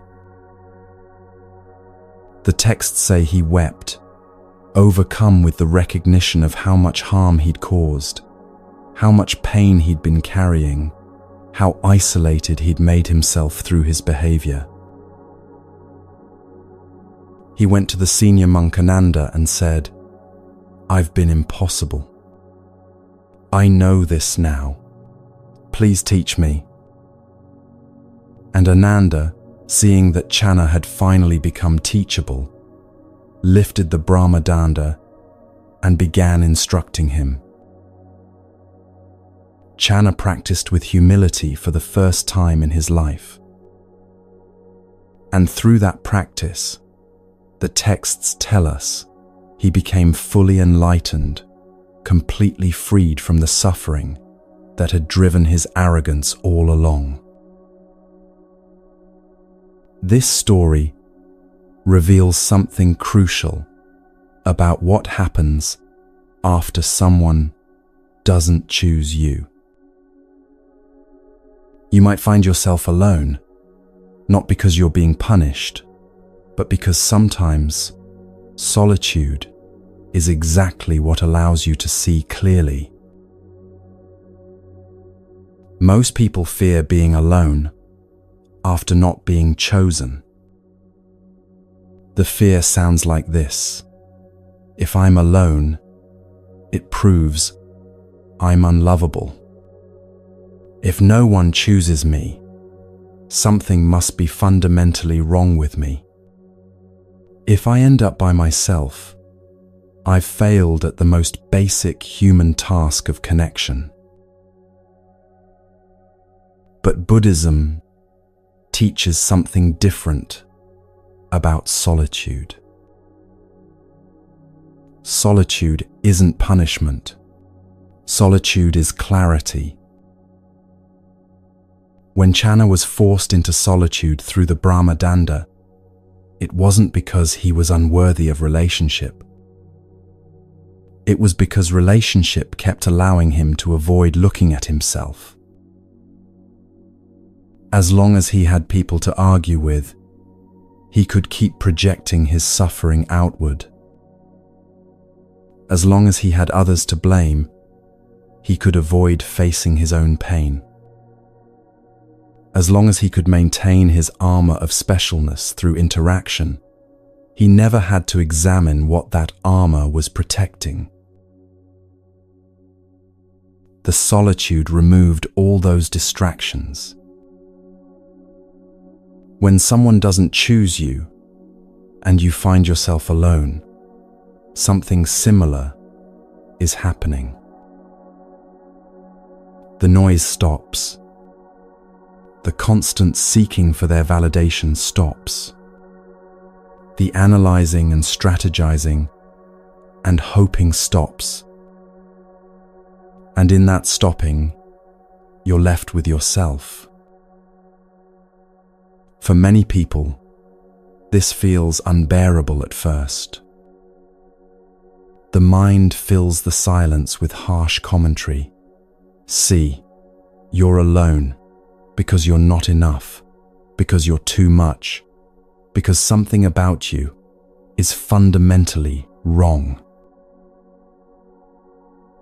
But this is where self-compassion becomes essential.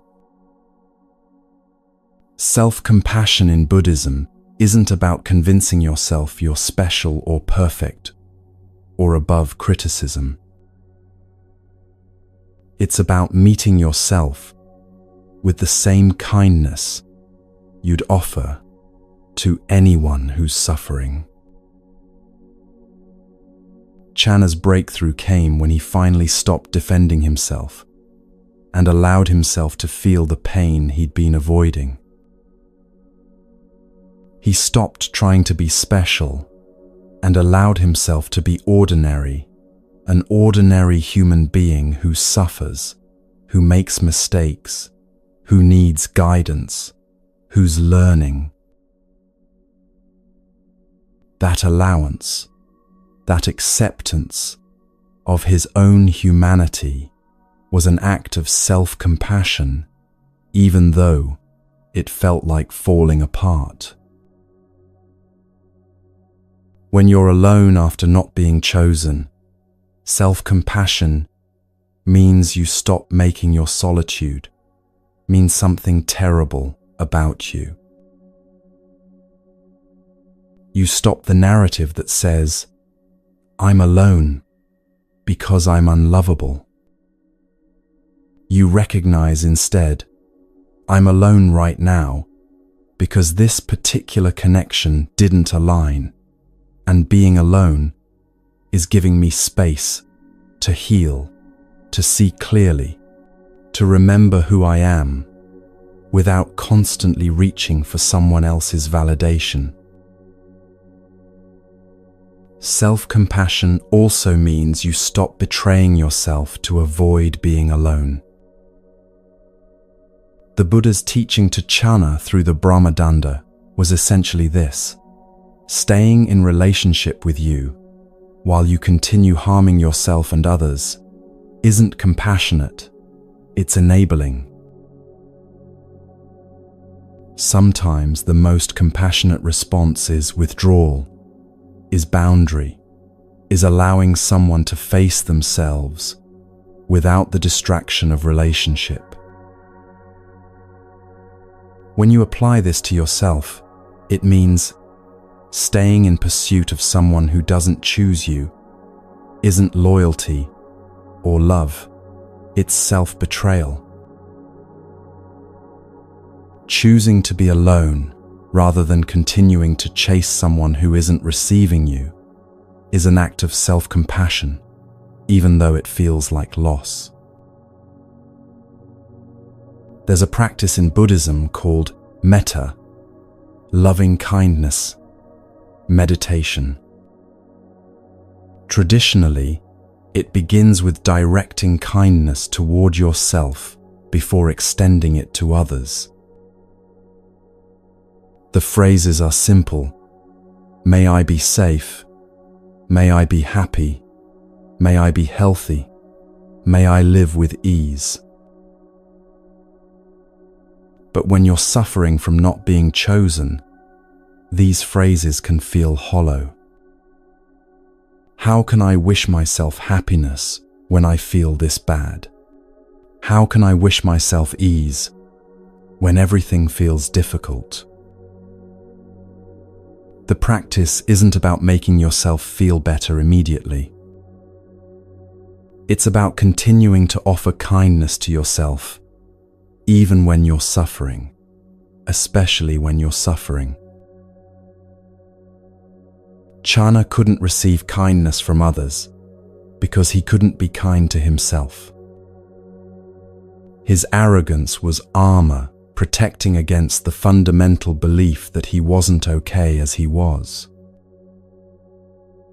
When the armor finally cracked and he saw himself clearly, with all his flaws, all his suffering, all his ordinary humanity, he could finally extend compassion to himself. And that self-compassion opened him to receive teaching, to practice genuinely, to transform. Being alone after not being chosen gives you the same opportunity. You can use the solitude to confirm your worst fears about yourself, to rehearse all the ways you're not enough, to catalogue your perceived failures, to build a case for your unlovability. Or you can use the solitude as Channa eventually did, to see yourself clearly without the distortion of desperate seeking, to meet yourself with compassion rather than judgment, to recognize that not being chosen by one person doesn't determine your fundamental worth. The clarity that comes from solitude isn't always comfortable. Channa had to face how his behavior had pushed people away, how his arrogance had been covering fear, how his insistence on being special had prevented genuine connection. When you're alone after not being chosen, you might face similar recognitions. You might see how you gave away your power by making someone else responsible for your happiness. You might recognize patterns, how this isn't the first time you've chased someone unavailable, how you have a tendency to lose yourself in relationships, how you struggle to trust your own worth without external validation. These recognitions can be painful, but they're also liberating because you can't change what you can't see. Buddhism teaches that ignorance is one of the root causes of suffering. Not ignorance in the sense of lacking information, but ignorance of how things actually are. Ignorance of impermanence, ignorance of your true nature, ignorance of the patterns that create your suffering. Solitude removes the distractions that maintain ignorance. When you're constantly focused on someone else, on getting them to choose you, on analyzing their behavior, on managing your presentation to be more acceptable, you're not present to yourself. Solitude brings you back to yourself. And being present to yourself, really present, with compassion and honesty, is where transformation becomes possible. The Buddha didn't abandon jhana by prescribing the Brahma Danda. He gave jhana the exact medicine he needed, even though the medicine was bitter. Sometimes you need to give yourself the same medicine. You need to stop chasing the person who didn't choose you. You need to sit with the discomfort of being alone. You need to face yourself without the distraction of external seeking. This isn't punishment. This is compassion. Because continuing to betray yourself by chasing what's not reciprocated is the real cruelty. Continuing to abandon your own needs in service of someone else's lack of interest is the real harm. Choosing solitude over self-betrayal is choosing yourself.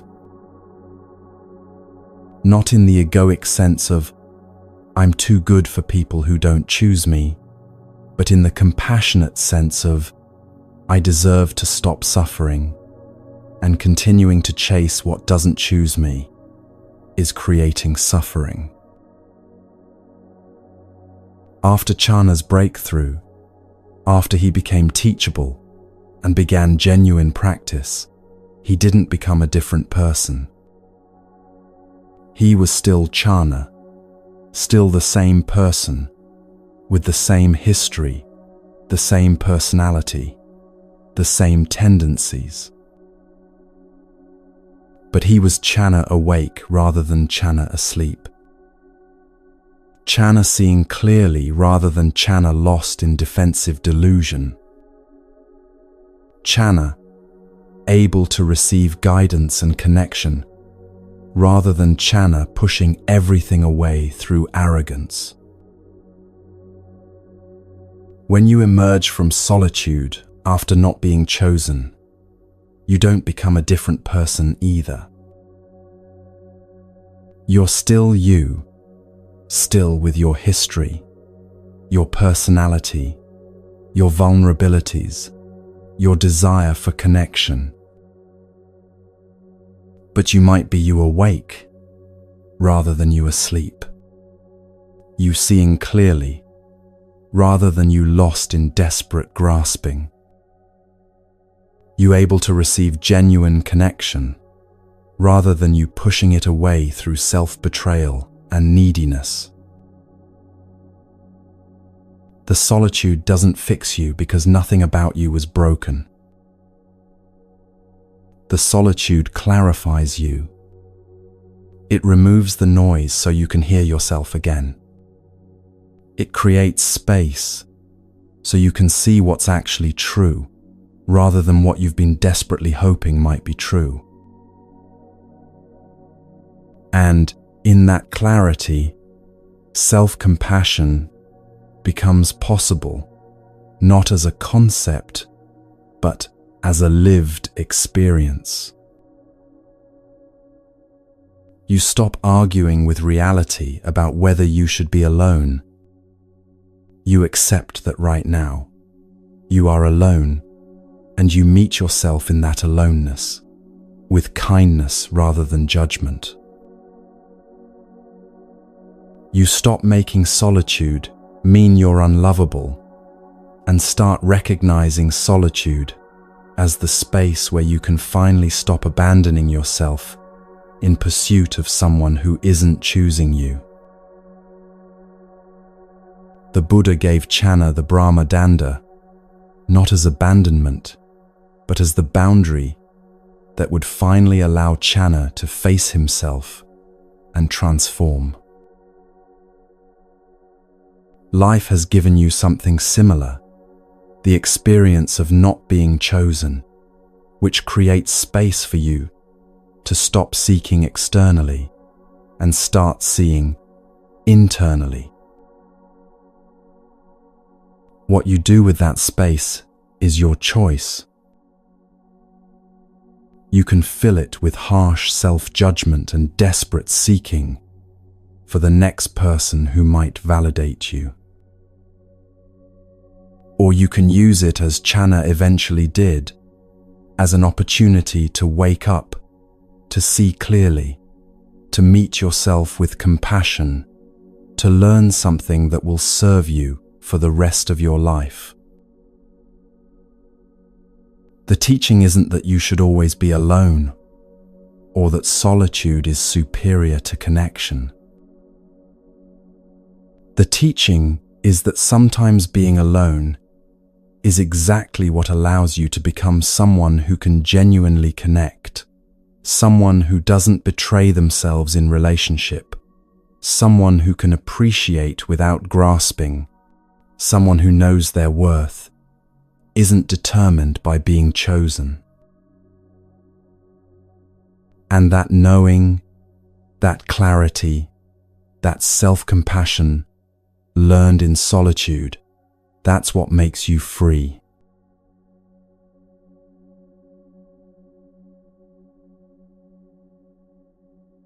The Buddha had a son named Rahula, who became a monk when he was very young.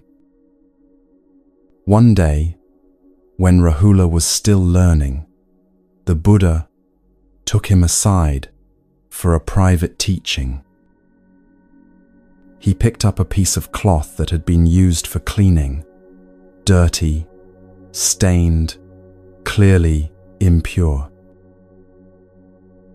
The Buddha held up the cloth and asked Rahula, "Do you see this cloth?" Rahula nodded. "Do you see how dirty it is? Do you see the stains?" Again, Rahula nodded. The stains were obvious, impossible to miss. The Buddha then said something that would become one of his most important teachings on practice.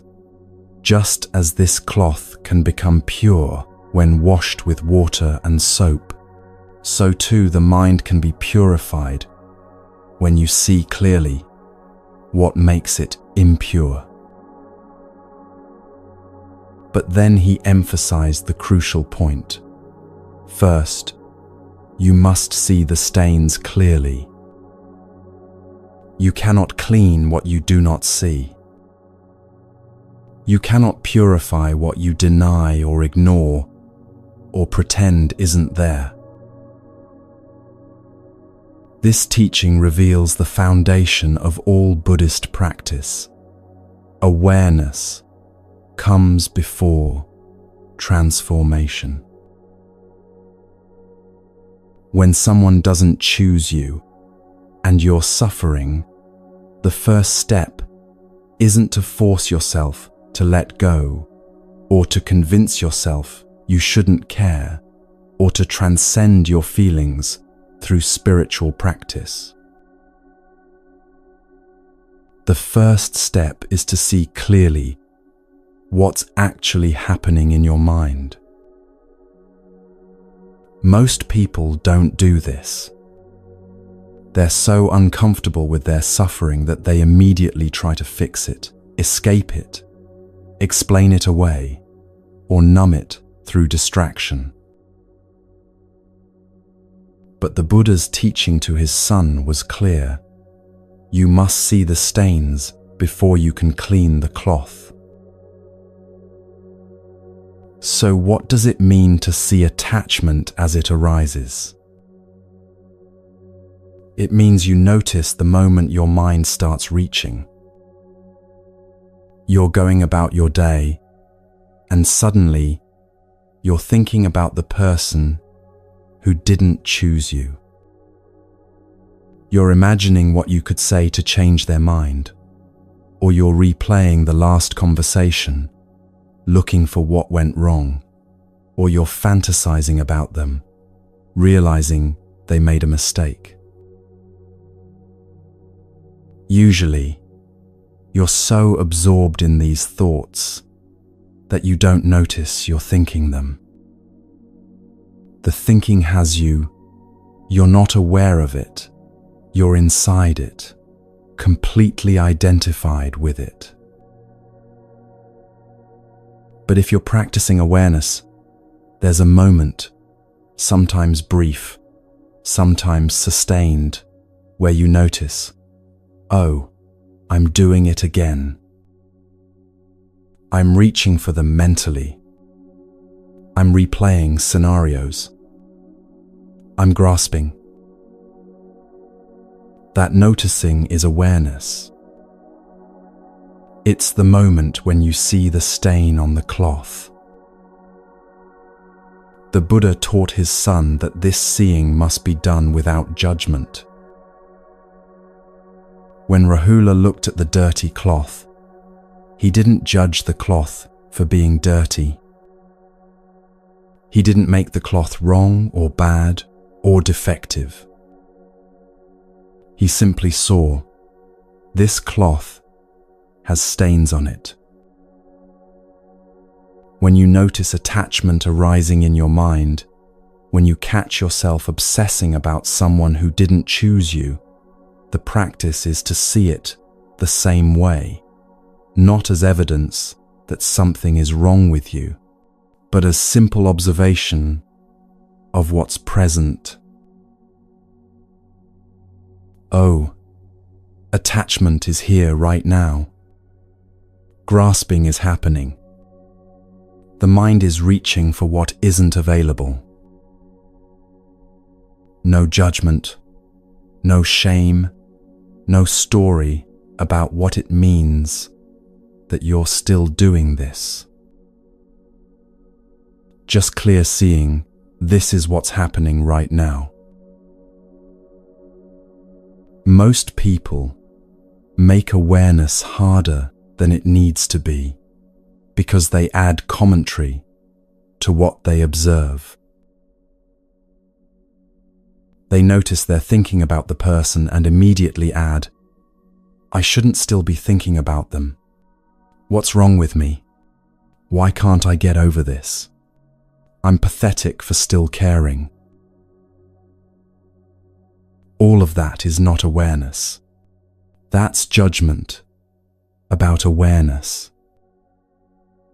The Buddha taught Rahula to distinguish between the stain and the story about the stain.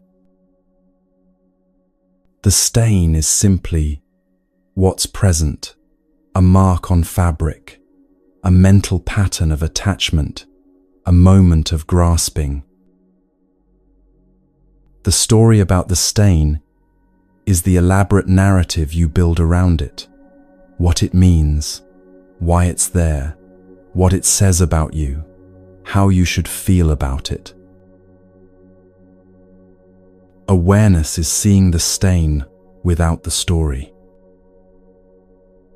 When you can do this, when you can notice attachment arising without immediately judging yourself for it, something important happens. The attachment doesn't immediately disappear, but your relationship to it changes. You're no longer completely identified with the grasping. There's a little space between you and it, enough space to observe it, to recognize it as a pattern rather than as truth, to see it clearly rather than being consumed by it. This space is where freedom begins. The Buddha taught several specific ways to develop this awareness, and they're all simple, but not easy. The first practice is noticing where attachment lives in your body. When you're grasping for someone who didn't choose you, it's not just a mental experience. Your body holds it. There might be tightness in your chest when you think about them. There might be a knot in your stomach when you check your phone hoping for a message. There might be tension in your shoulders, or shallowness in your breath, or a clenching in your jaw. The Buddha taught Rahula to use the body as a mirror for the mind. When you notice these physical sensations, you're seeing the stain on the cloth. You don't need to change the sensation. You don't need to make it go away. You simply feel it, acknowledge it, recognize this is what attachment feels like in my body right now.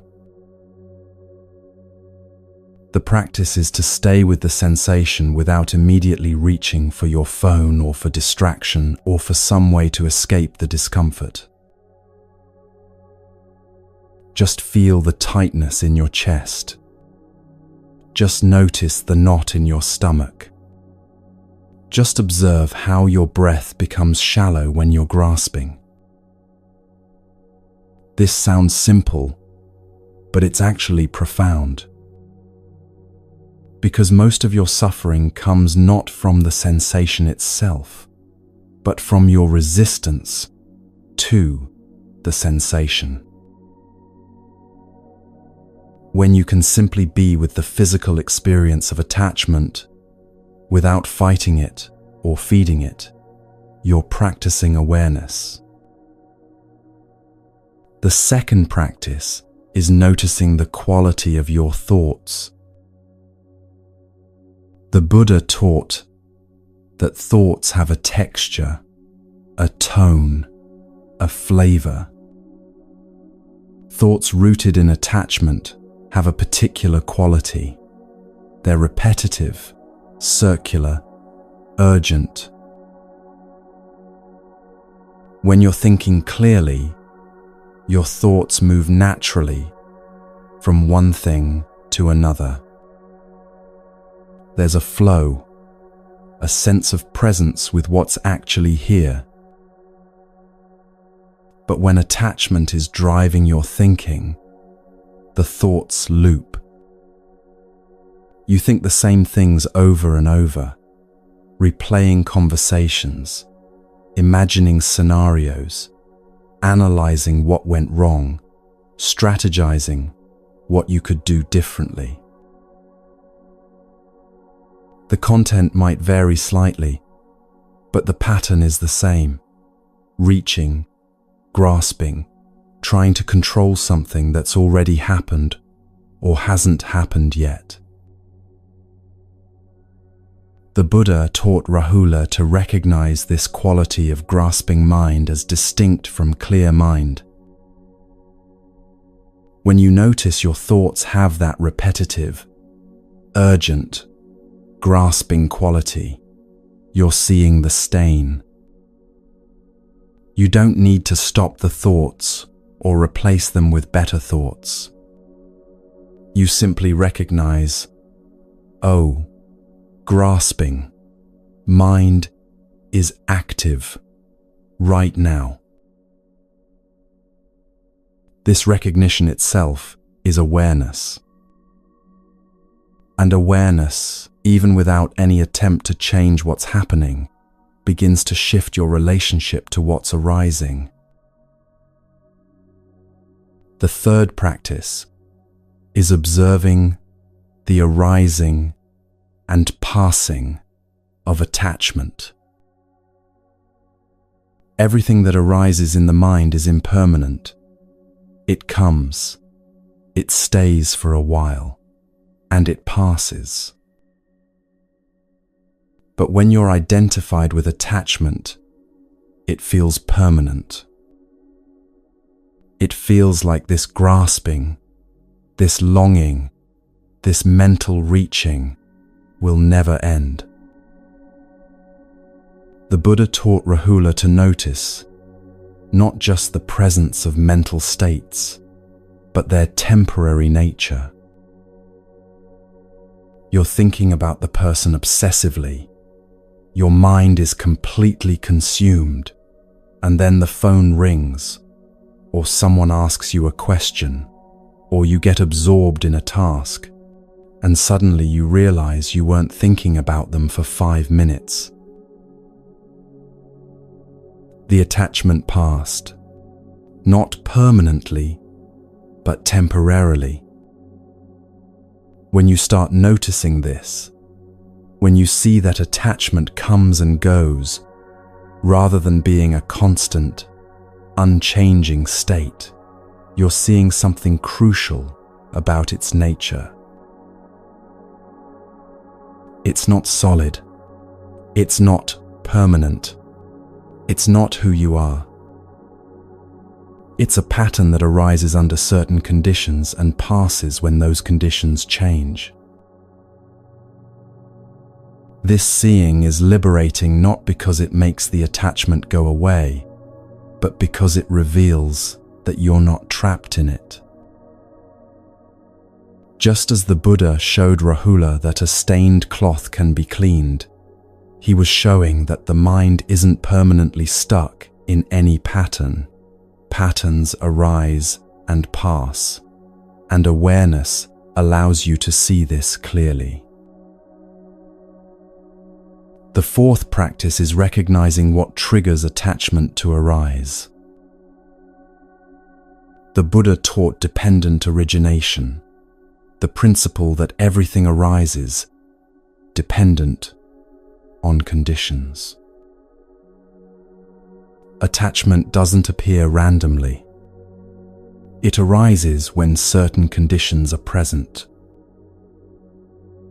Maybe it arises when you're tired and your defenses are down.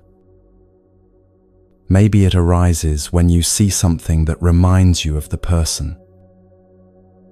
Maybe it arises when you're lonely, or bored, or feeling uncertain about yourself. When you start paying attention, you notice patterns. You start to see, oh, every evening around this time, the grasping intensifies. Or, when I'm scrolling social media, I start thinking about them more. Or, when I'm with coupled friends, the longing becomes stronger. The Buddha taught Rahula that seeing the conditions that give rise to defilements is part of seeing the defilements themselves. You're not trying to avoid the conditions or control them. You're simply seeing. These conditions tend to trigger grasping in my mind. This awareness gives you choice. Not the choice to never feel attachment, but the choice to recognize when conditions are likely to trigger it, and to meet those moments with more awareness, rather than being blindsided by them. The fifth practice is the most subtle, noticing the gap between seeing attachment and being attached. When you first start practicing awareness, it might feel like seeing attachment, and experiencing attachment are the same thing. But as practice deepens, you start to notice something remarkable. There can be attachment present in your mind, while simultaneously there's awareness observing that attachment. It's like the Buddha and Rahula looking at the stained cloth together. The stain is there, clearly visible. But neither the Buddha nor Rahula are the stain. They're the ones seeing the stain. When attachment arises in your mind and you notice it, who is doing the noticing?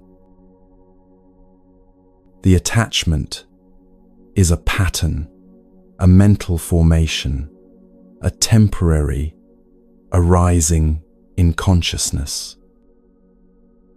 But the awareness that sees the attachment is something else.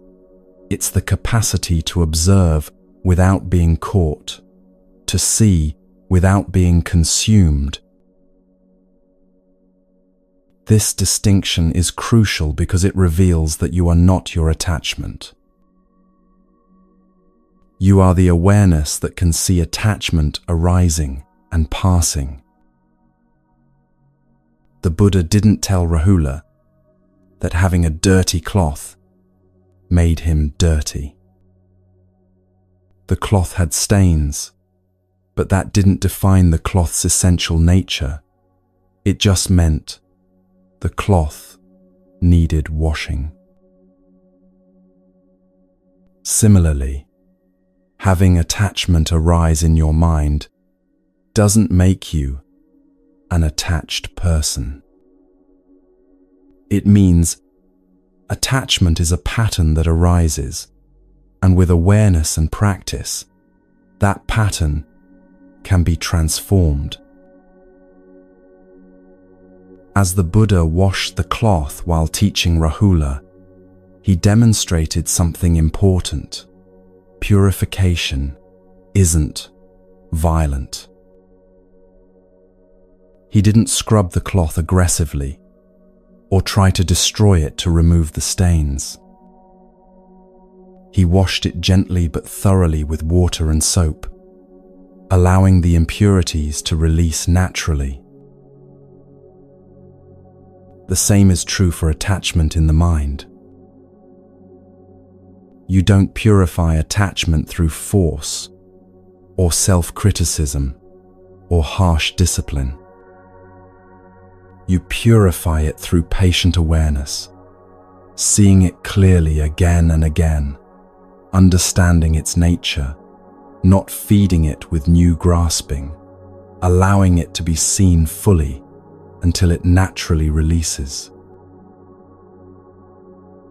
This is why the Buddha emphasized seeing as the first step. You cannot transform what you do not see. You cannot release what you deny. You cannot purify what you refuse to acknowledge is there. When someone doesn't choose you and you're suffering from attachment to them, the practice begins with simple, honest, non-judgmental seeing. Right now, I am grasping. Right now, my mind is reaching for what isn't available. Right now, I am creating suffering by insisting reality be different from what it is. That seeing, clear, direct, without story or judgment, is itself the beginning of transformation. Not because seeing immediately makes the attachment disappear, but because seeing allows you to have a different relationship with it. You're no longer unconsciously driven by it. You're aware of it, and in that awareness, you have choice, not about whether it arises, but about whether you feed it, believe it, or identify with it. The Buddha finished washing the cloth and showed it to Rahula, now clean. "Do you see?" he asked. "The cloth is the same cloth, but the stains are gone." This is what happens through practice. Not that you become a different person, but that the impurities that cause suffering are gradually purified through seeing them clearly. When you practice awareness with attachment, when you see it arising, see it in your body, see it in your thoughts, see its impermanence, see the conditions that trigger it, see the space between you and it, you're doing what the Buddha taught Rahula. You're washing the cloth, not through force, not through denial, not through spiritual bypassing or positive thinking. Through clear seeing, patient awareness, and the understanding that transformation happens not by fighting what's present, but by seeing it so clearly that it can finally release. This is the practice of awareness. This is how you see attachment as it arises. This is the foundation of freedom from the suffering that comes when someone doesn't choose you. And it begins, always, with the willingness to see the stain on the cloth, not as judgment, not as failure, but as the first essential step toward purification.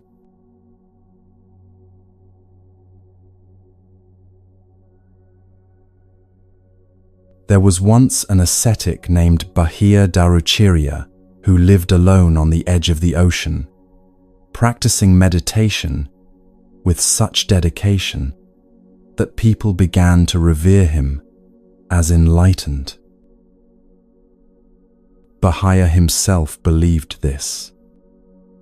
He thought he had reached the highest attainment, that his practice was complete, that he had nothing more to learn. But one night, devas, celestial beings who could see truth more clearly than humans, appeared to him and said, "Bahia, you are not enlightened. You have attained deep concentration, but you have not seen the ultimate truth.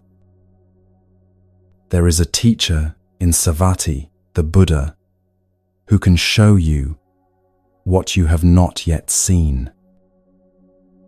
Go to him quickly." Bahia was shaken. Everything he believed about himself, about his attainment, was suddenly in question. He left immediately, traveling overnight, driven by an urgency he couldn't explain. By morning, he arrived in Savatthi and learned the Buddha was walking through the town on alms round, collecting food for his daily meal. Bahia ran to find him. When he saw the Buddha walking calmly down the street, Bahia threw himself at the Buddha's feet and begged, "Please, teach me the Dhamma so that I may find peace and liberation." The Buddha said gently, "This is not the time, Bahia. I am on alms round. Come to the monastery later." But Bahia, feeling the Deva's urgency in his bones, pleaded again, "Venerable sir, life is uncertain. Death could come for you or for me at any moment. Please teach me now." He asked 3 times, and finally the Buddha stopped and looked at him. Then, the Buddha spoke what would become one of the most concise and profound teachings in all of Buddhism. In the seen, there is only the seen. In the heard, there is only the heard. In the sensed, there is only the sensed. In the cognized, there is only the cognized. When for you there is in the seen only the seen, in the heard only the heard, in the sensed only the sensed, in the cognized only the cognized, then you will not be by that. When you are not by that, you will not be in that. When you are not in that, you will be neither here, nor beyond, nor between the two. This, just this, is the end of suffering. In that moment, hearing those words, understanding their meaning, Baha'ya became fully enlightened. He saw through the illusion of permanent self, through the grasping that creates suffering, through the fundamental delusion that had kept him bound. In an instant, he was free. Baha'ya bowed to the Buddha in gratitude and turned to leave. Within moments, literally moments after achieving enlightenment, Baha'ya was gored by a cow and died on the spot. Later, when the monks found his body and asked the Buddha about Baha'ya's fate, the Buddha told them, Baha'ya has attained final liberation. He died fully awakened. Then the Buddha said something that reveals the heart of his teaching. Life is uncertain. Death is certain. Baha'ya understood this, which is why he insisted, I teach him immediately. In the span of perhaps an hour, Baha'ya went from believing himself enlightened to discovering he wasn't, from seeking teaching to receiving it, from achieving enlightenment to dying. Birth, transformation, death, all in one morning. This is the teaching on impermanence that changes everything. Impermanence, anicca in Pali, is one of the three fundamental characteristics of all existence in Buddhism. Everything that arises passes away. Everything that comes together falls apart. Everything that is born dies. Everything that begins ends. This isn't pessimism. This isn't nihilism. This is simply accurate description of how reality works. Baha'ya's story demonstrates this with stark clarity. His belief in his own enlightenment was impermanent. It arose and passed. His seeking was impermanent. It arose and passed. His enlightenment was impermanent in form, though the liberation it brought was beyond arising and passing. His life was impermanent. It arose and passed. Nothing stayed. Everything changed.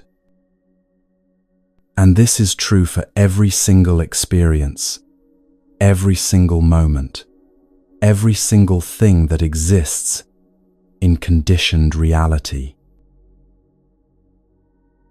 When someone doesn't choose you, you're experiencing impermanence directly. Their feelings changed or never solidified in the way you hoped. The connection you imagined didn't remain or didn't manifest. The future you were building in your mind dissolved before it ever became real. This hurts. The pain of impermanence is real pain. But here's what the Buddha taught. Suffering doesn't come from impermanence itself. Suffering comes from relating to impermanent things as if they were permanent. You suffer because you took someone's interest or your hope for their interest and treated it as solid, unchanging, dependable. You built on it as if it were stable ground. You organized your sense of future around it as if it would last.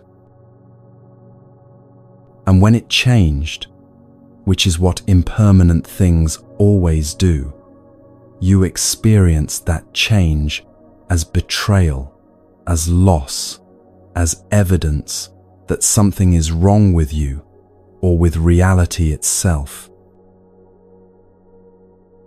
But nothing was wrong. Things simply changed because change is their nature. The Buddha taught that there are 3 kinds of suffering, and understanding impermanence addresses all 3. The first kind is the suffering of painful experiences, the direct pain of loss, rejection, disappointment. This suffering is unavoidable as long as you're alive and capable of feeling. When someone doesn't choose you, there's pain. You wanted connection and didn't get it. You hoped for reciprocation and received rejection instead. This pain is real and valid. The second kind is the suffering of change, the unsatisfactory nature of pleasant experiences because they don't last. Even when someone does choose you, that choosing is impermanent. Feelings change, circumstances shift. People grow in different directions. The initial spark doesn't maintain the same intensity. The certainty of early connection gives way to the complexity of long-term relationship. Nothing stays in its initial form. Everything that arises is already in the process of changing. The third kind of suffering is the deepest, the suffering inherent in clinging to conditioned existence itself. This is the suffering that comes from making peace conditional on impermanent things, on someone choosing you, on circumstances aligning perfectly, on getting what you want and keeping it forever. When you make your peace dependent on something impermanent, you've guaranteed suffering, because impermanent things will change and your peace will crumble with them. Bahia's story shows the alternative.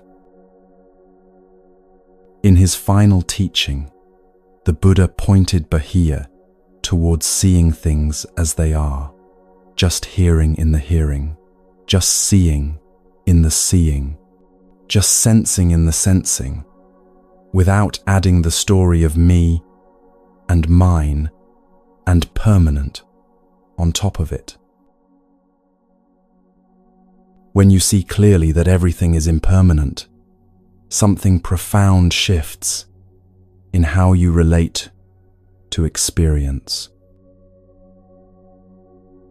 You stop demanding that impermanent things stay permanent. You stop being surprised when things change.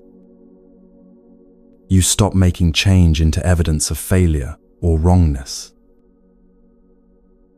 You start meeting each moment as it is, knowing it will pass, allowing it to pass, without grasping or pushing away. This doesn't mean you become cold or indifferent. It means you stop torturing yourself by insisting that changing things stop changing. When someone doesn't choose you, impermanence is operating. Maybe their interest was genuine but temporary. It arose and passed, as impermanent things do. Maybe your compatibility changed as you both changed, which is what impermanent beings inevitably do. Maybe the circumstances that might have supported connection shifted, as circumstances always shift. None of this makes the pain less real, but understanding impermanence changes your relationship to the pain. You stop asking, "Why did this change?" because you understand that change is the nature of all conditioned things. Change doesn't need a reason. Unchanging would need a reason, would be the anomaly. You stop asking, "What's wrong with me that they didn't stay interested?" because you understand that interest, like everything else, is impermanent. Their interest changing isn't about your worth any more than seasons changing is about the Earth's worth. You stop asking, "How do I make them choose me?" because you understand that you cannot make impermanent things permanent through force of will or strategic behavior. Impermanence is liberation disguised as loss. It's liberation because when you truly understand that everything changes, you stop building your peace on things that will inevitably change. You stop making your happiness conditional on someone choosing you, staying with you, feeling about you tomorrow, what they felt yesterday. You start finding peace in what doesn't change, not external circumstances, which are always changing, but in the capacity to be present with whatever is arising, including change itself. Bahia demonstrated something else crucial. Even death, the ultimate change, couldn't touch the liberation he found through understanding. He became enlightened and died within the same hour, but his enlightenment was complete. He didn't need time to consolidate it or protect it or make sure it lasted. Because enlightenment isn't about making any particular state permanent. It's about seeing clearly that no state is permanent and finding freedom in that seeing rather than suffering.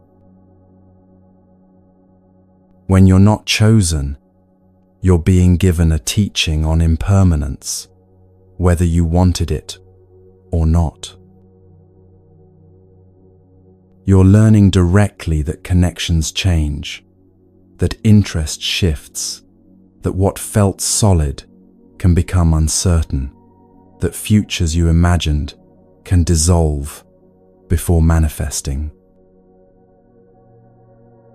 You can relate to this teaching with resistance, fighting the impermanence, demanding reality be different, making the change into evidence of cosmic injustice or personal unworthiness.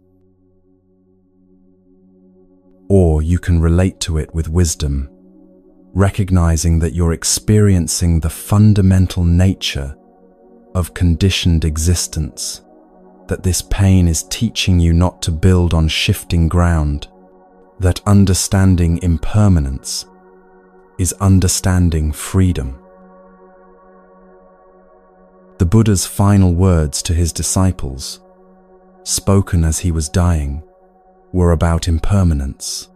All conditioned things are subject to decay. Strive on with diligence. He didn't say this to depress them or make them afraid.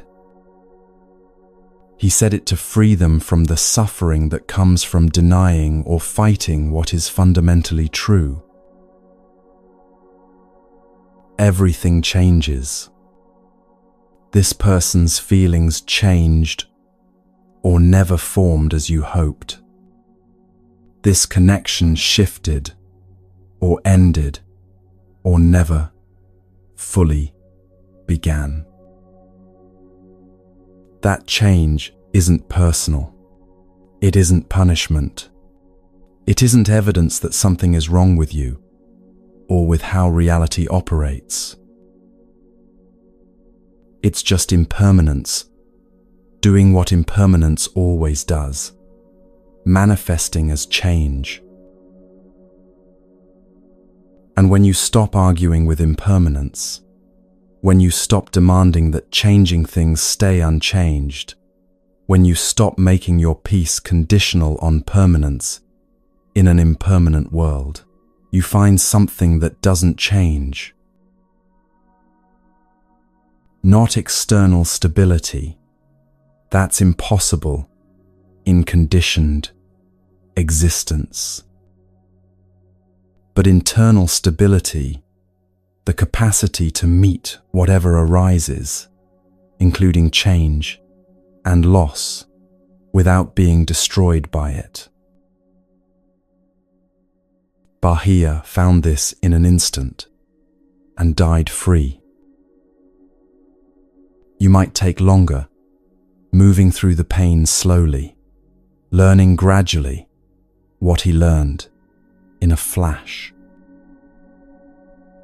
But the teaching is the same. Everything changes, and understanding that truth is the end of suffering, not the cause of it. When you truly understand impermanence, you stop trying to make people permanent fixtures in your life. You appreciate them while they're present, knowing presence is temporary. You value connection without demanding it stay exactly as it is forever. And when someone doesn't choose you, you grieve the loss without making it mean something permanent about your worth or your future. Because in an impermanent world, this too will change. This pain will change. Your circumstances will change. Your understanding will deepen. New possibilities will arise. Not because you deserve it or earned it, but simply because change is the nature of all things.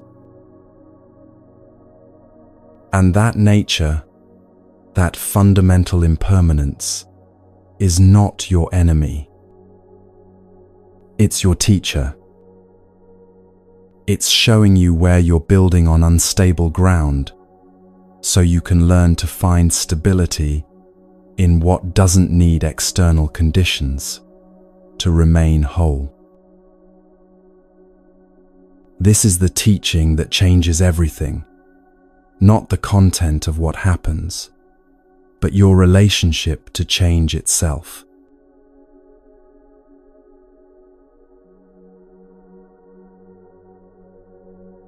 7 days after the Buddha's enlightenment, he gave his first teaching to 5 ascetics in the Deer Park at Isipatana.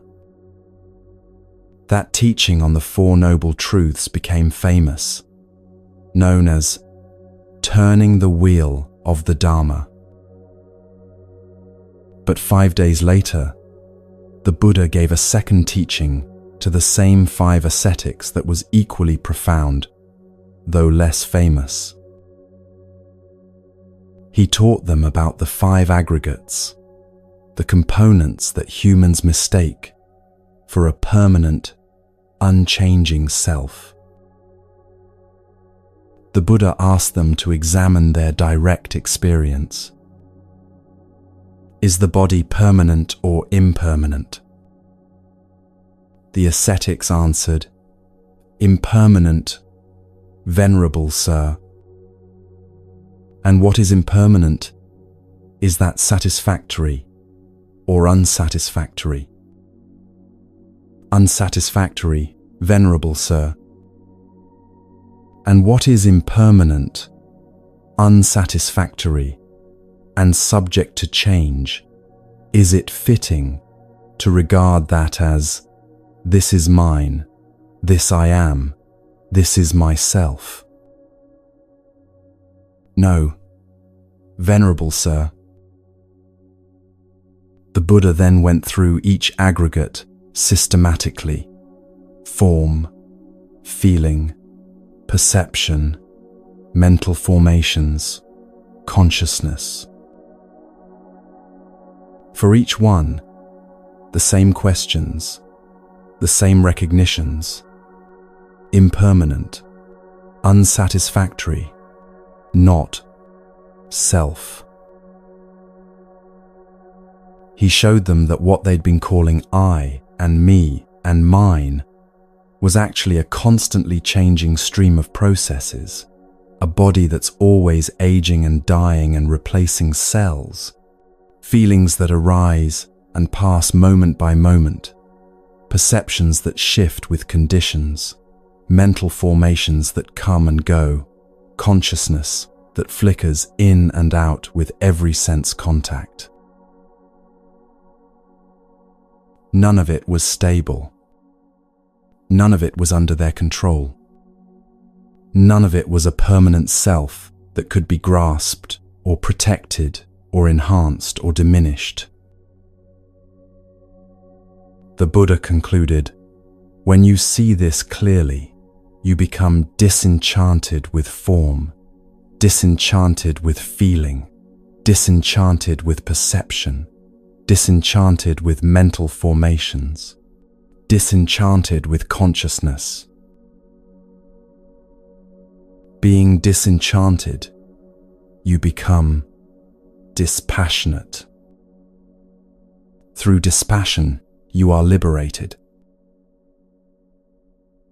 Upon hearing this teaching, all 5 ascetics became fully enlightened. They saw through the illusion of a permanent self, and in that seeing, they were free. This teaching, known as anatta, or not self, is perhaps the most radical and misunderstood teaching in all of Buddhism. And it has everything to do with why you suffer when someone doesn't choose you. When someone doesn't choose you, who exactly is not being chosen? You might answer, me, myself, who I am. But the Buddha's teaching on the 5 aggregates asks you to look more carefully. Is it your body that's not being chosen? Your body is constantly changing. The cells that compose it now are not the same cells that composed it a year ago. Which version of your body wasn't chosen? Yesterday's, today's, tomorrow's. Is it your feelings that aren't being chosen? Feelings arise and pass moment by moment. Right now you might feel rejected, but an hour ago you felt fine, and an hour from now you might feel different again. Which feeling is the you that wasn't chosen? Is it your perceptions, your ideas about yourself, your self-image? Those shift constantly based on circumstances, feedback, mood, the stories you're telling yourself. Are you the confident person you were last week, or the insecure person you are today? Which one wasn't chosen? Is it your mental formations, your habits, patterns, tendencies? Those are conditioned, learned, changing. They're not a fixed self, but processes that arise based on causes and conditions. Is it your consciousness, your awareness? Consciousness depends on sense contact to arise. It appears when there's an eye and a form, an ear and a sound, a mind and a thought. Without contact, there's no consciousness. It's not a thing you possess. It's a process that arises and ceases moment by moment. The Buddha's teaching is that when you examine your direct experience carefully, you cannot find a permanent, unchanging self that could be chosen or not chosen, accepted or rejected, validated or invalidated. There's no solid you at the center of experience. There's just experience arising and passing, sensations, thoughts, emotions, perceptions, all flowing, all changing, none of it fixed or graspable as mine. This might sound abstract or philosophical, but it has profound practical implications for suffering. When someone doesn't choose you, the suffering comes from believing there's a fixed self that has been evaluated and found lacking. You take their decision and make it into a verdict about who you fundamentally are. You solidify yourself into a permanent identity as the person who wasn't chosen, the person who isn't enough, the person who always gets rejected. But the Buddha's teaching reveals this as delusion. There's no permanent you to make verdicts about. There's just this constantly changing stream of experience. And right now, part of that stream includes the pain of not being chosen. The pain is real. But the story that this pain reveals something fixed and true about a permanent self, that's the delusion that creates suffering. Think about how you relate to rejection. Most people don't just feel the natural disappointment of not getting what they wanted. They take the rejection and build an entire identity around it. They say, "I'm not attractive enough," as if attractiveness is a fixed quality rather than something that shifts based on countless conditions, including the preferences and state of mind of the other person. They say, "I'm not interesting enough," as if interestingness is an inherent trait rather than something that emerges or doesn't emerge in the space between two people at a particular time. They say, "I'm not worthy of love," as if worthiness is something that can be permanently present or absent, rather than a concept you're projecting onto the flowing stream of experience. All of these statements treat the self as a fixed thing that can be evaluated, judged, and found deficient. But the Buddha taught the opposite. There is no fixed thing to evaluate. There are aggregates constantly arising and passing. Sometimes those aggregates appear in ways that align with what someone else is seeking, and sometimes they don't.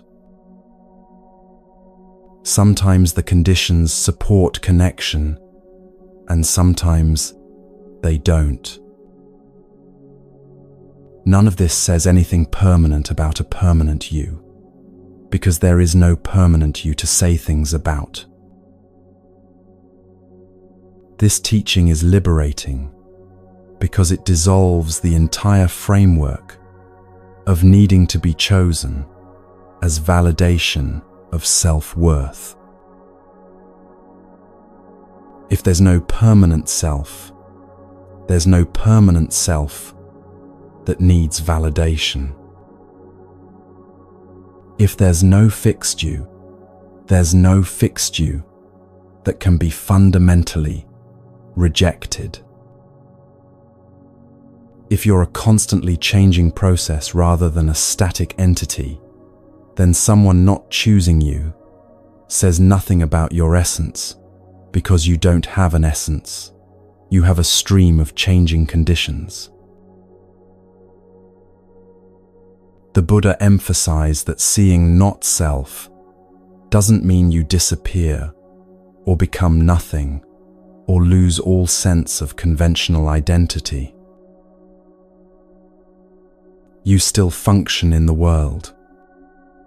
You still have preferences, make choices, engage in relationships. You still use I and me as convenient designations for this particular stream of experience. But you stop believing in a solid, permanent, findable self that those designations point to. And in that stopping, you're free from the suffering that comes from defending, enhancing, or mourning a self that never existed in the first place. When the Buddha taught the 5 aggregates to the 5 ascetics, he was showing them something they could verify in their own experience.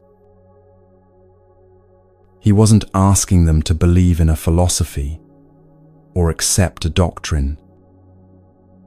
He was asking them to look carefully at their actual experience and see what's really there. You can do the same investigation right now. When you think, "I wasn't chosen," try to find the I that wasn't chosen. Is it a thought arising in awareness? Then it's impermanent. It arises and passes. Is it a feeling in your body? Then it's constantly changing. The sensations shift moment by moment. Is it a mental image of yourself? Then it's a perception constructed from memory and imagination, not a solid thing. When you actually look for this solid self that was rejected, you can't find it. You find thoughts about self, feelings about self, perceptions of self, but you don't find a self itself. This isn't a conceptual game. This is direct investigation of what's actually present in your experience. And when you see clearly that there's no fixed self to be rejected, something profound shifts. The wound of not being chosen begins to heal because you realize there was never anyone solid enough to be wounded in the way you thought. There's pain. Yes, that's present. There's disappointment. That arises. There's sadness about loss of possibility. That's real. But there's no damaged self, no fundamentally rejected you, no permanent identity as not enough. Those are stories added on top of the direct experience, and they're stories built on the false foundation of believing in a permanent self. The Buddha taught that clinging to the 5 aggregates as self is the root of suffering. When you cling to form as self, you suffer when your body ages, changes, becomes ill. When you cling to feelings as self, you suffer when pleasant feelings pass and unpleasant ones arise. When you cling to perceptions as self, you suffer when your self-image is challenged or when you can't maintain the identity you've constructed. When you cling to mental formations as self, you suffer when your habits and patterns don't serve you, but you can't let them go because you think they're who you are. When you cling to consciousness as self, you suffer because consciousness depends on conditions, and you can never fully control those conditions. All of this clinging to aggregates as self creates the suffering of needing to be chosen, because if these aggregates are me, then someone not choosing them is rejecting me. But when you see clearly that the aggregates are not self, that there's no owner of experience, but just experience arising and passing, the whole framework collapses. Someone not choosing you becomes simply this: certain conditions didn't align, certain processes didn't sync up, certain preferences and circumstances and timing didn't create the connection you hoped for. None of it personal in the way you thought, because there's no permanent person for it to be personal about. The Buddha called this teaching hard to see, because it goes against the most fundamental assumption humans carry, that there's a real, permanent me at the center of experience. You've been operating from this assumption your entire life. Every thought starts with, I think every feeling is my feeling. Every experience is happening to me. The language itself reinforces the illusion of a separate, permanent self. But the Buddha was asking the 5 ascetics, and is asking you to look beyond language and belief to direct experience. What's actually here when you look carefully? Changing sensations, arising thoughts, passing emotions, constructed perceptions, all flowing, none of it solid, none of it owned by a permanent self that exists apart from the flow. This seeing is what liberated the 5 ascetics. In one teaching, they went from belief in a solid self to recognition of not self, and that recognition freed them from the suffering that comes from trying to defend and enhance and validate something that doesn't exist in the way they thought. When someone doesn't choose you and you're suffering, you have the same opportunity those ascetics had.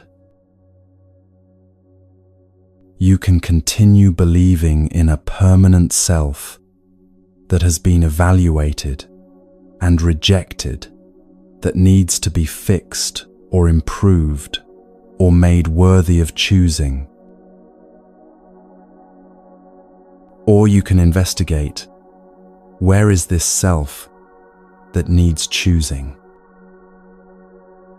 Not as a philosophical question, but as a direct inquiry into your present experience. And when you look carefully and honestly, you discover what the Buddha taught. There's no one there to reject. There's just this moment's experience, this sensation, this thought, this emotion, arising from countless conditions and passing away into countless more. The pain doesn't immediately disappear when you see this. The disappointment doesn't vanish.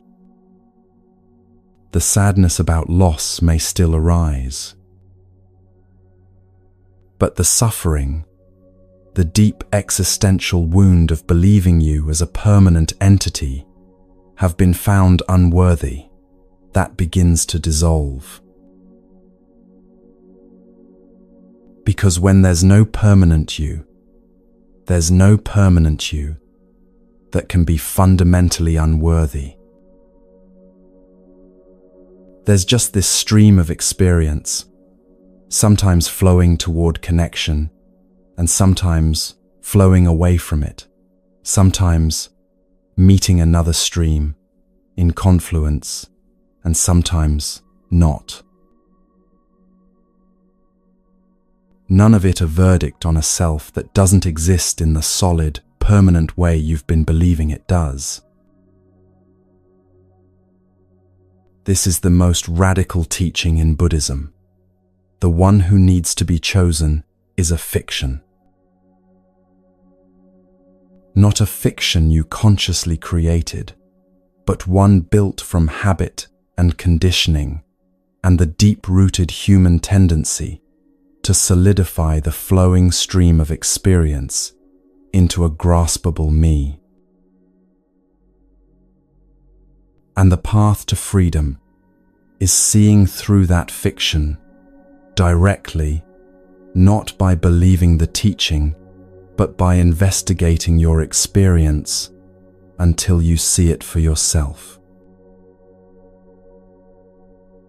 When you see it clearly, as the 5 ascetics did in hearing the Buddha's teaching on the aggregates, the whole framework of needing to be chosen to validate your worth collapses. Not because you've convinced yourself you don't need validation, but because you've seen directly that there's no permanent self there to validate. And that seeing, clear, direct, unshakable, is liberation from the suffering of not being chosen.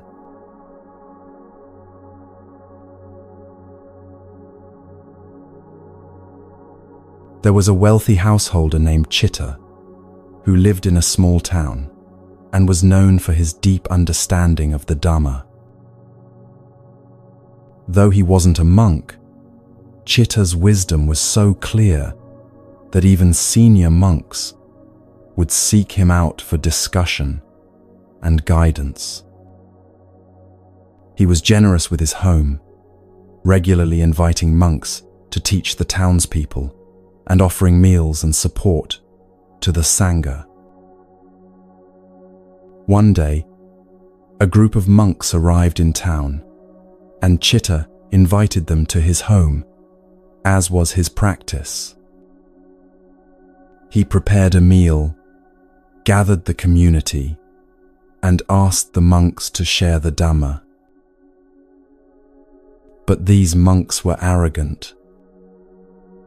They spoke down to Chitta, dismissed his questions as beneath them, and treated him with barely concealed contempt because he was a layperson rather than an ordained monk.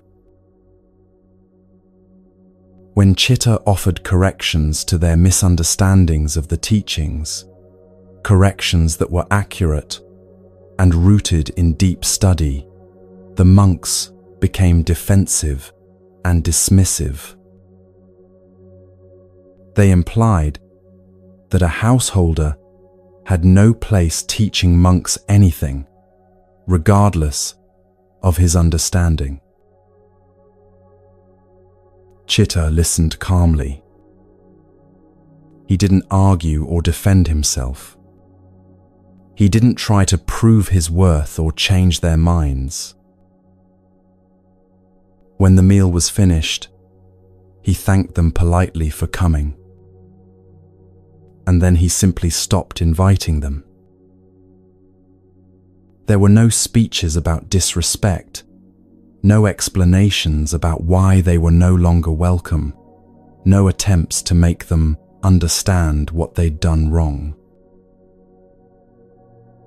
Chitta continued his practice of supporting the Sangha, but he directed his invitations and support toward monks who engaged with respect and genuine interest in the Dhamma.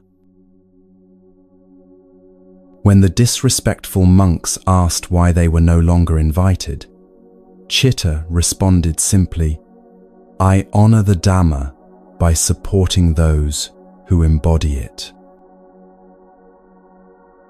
Later, when the Buddha heard about this situation, he praised Chitta's response. The Buddha said that Chitta had acted with perfect right action, one of the essential elements of the Eightfold Path.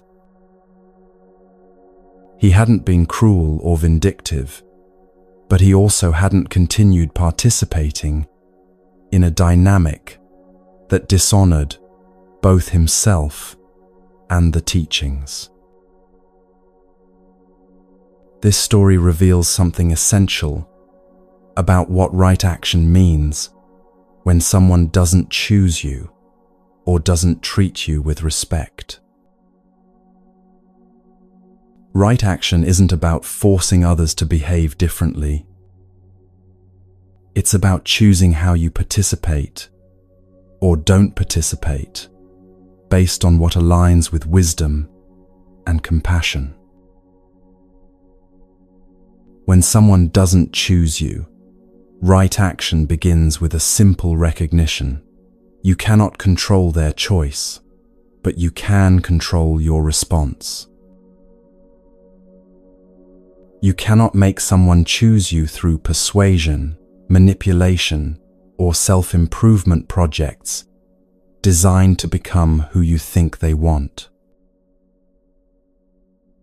You cannot force interest where it doesn't exist. You cannot create reciprocity through sheer force of will. What you can do is choose how you relate to the reality of not being chosen.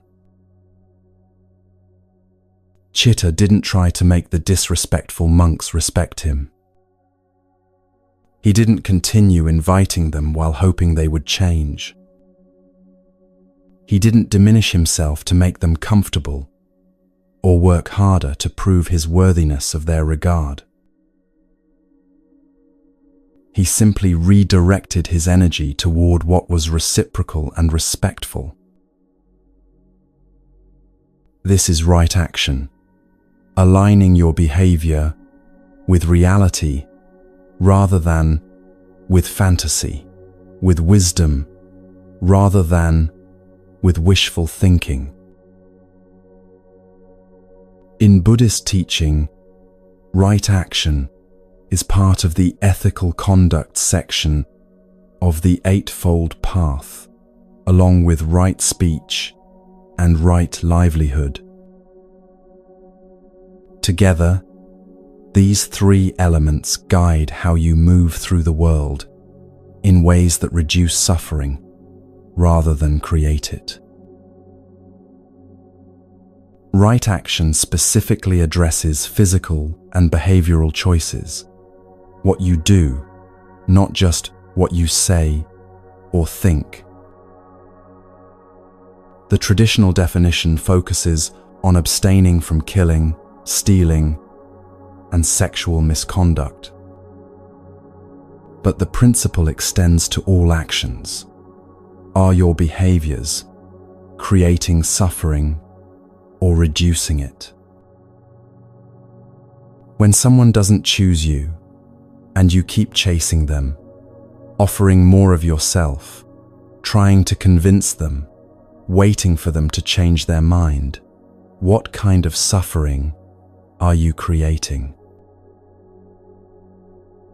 You're creating suffering for yourself through continued rejection and the erosion of your self-respect. You're potentially creating discomfort for them through pressure they didn't ask for. You're creating a dynamic that dishonors what the Buddha taught about accepting reality as it is. Right action in this situation means stopping your participation in what creates suffering. Like Sita, you don't need to make a dramatic exit or deliver a speech about your worth or explain why you're withdrawing. You simply stop offering yourself where you're not received. This isn't punishment. This isn't revenge. This is alignment with reality. Chitta didn't stop inviting the disrespectful monks to punish them or to teach them a lesson. He stopped inviting them because continuing to invite them would have meant continuing to participate in disrespect toward himself and toward the Dhamma he honored. When you stop chasing someone who doesn't choose you, you're not punishing them. You're honoring yourself and honoring the truth of the situation. Right action also requires discernment about what behavior actually serves the Dhamma versus what serves ego. There's a difference between withdrawing from self-respect and withdrawing from wounded pride. Self-respect says, "This dynamic doesn't serve me, so I'm choosing to step back." Wounded pride says, "I'll show them they were wrong, not to choose me, by making myself unavailable." Self-respect is quiet and clear. Wounded pride is performative and reactive. Chitta's response came from self-respect. He didn't need the monks to know they'd hurt him or to regret their behavior. He simply stopped participating in what didn't align with mutual respect. When you choose right action after not being chosen, check your motivation. Are you withdrawing because continuing creates suffering and dishonors your dignity? Or are you withdrawing to prove a point to make them sorry, to demonstrate your value through absence. The first is right action. The second is ego, trying to control through different means. Right action also involves compassion, not just for yourself, but for the other person.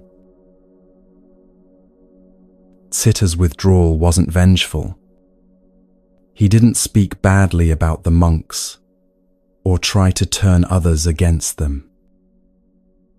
He simply redirected his energy toward what served the Dhamma more fully.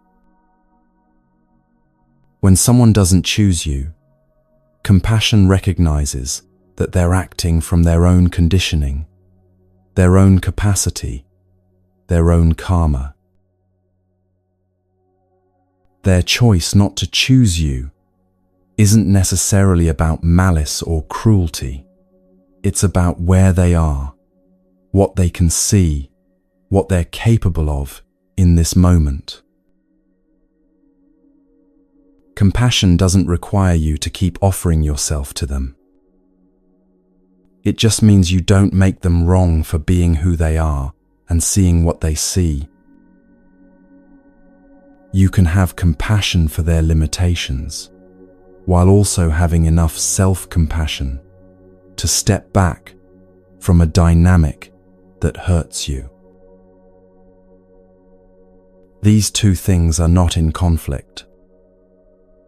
In fact, they work together. The Buddha praised Chitta specifically because his response embodied both wisdom and compassion. He didn't harm the monks through his withdrawal, and he didn't harm himself through continued participation in disrespect.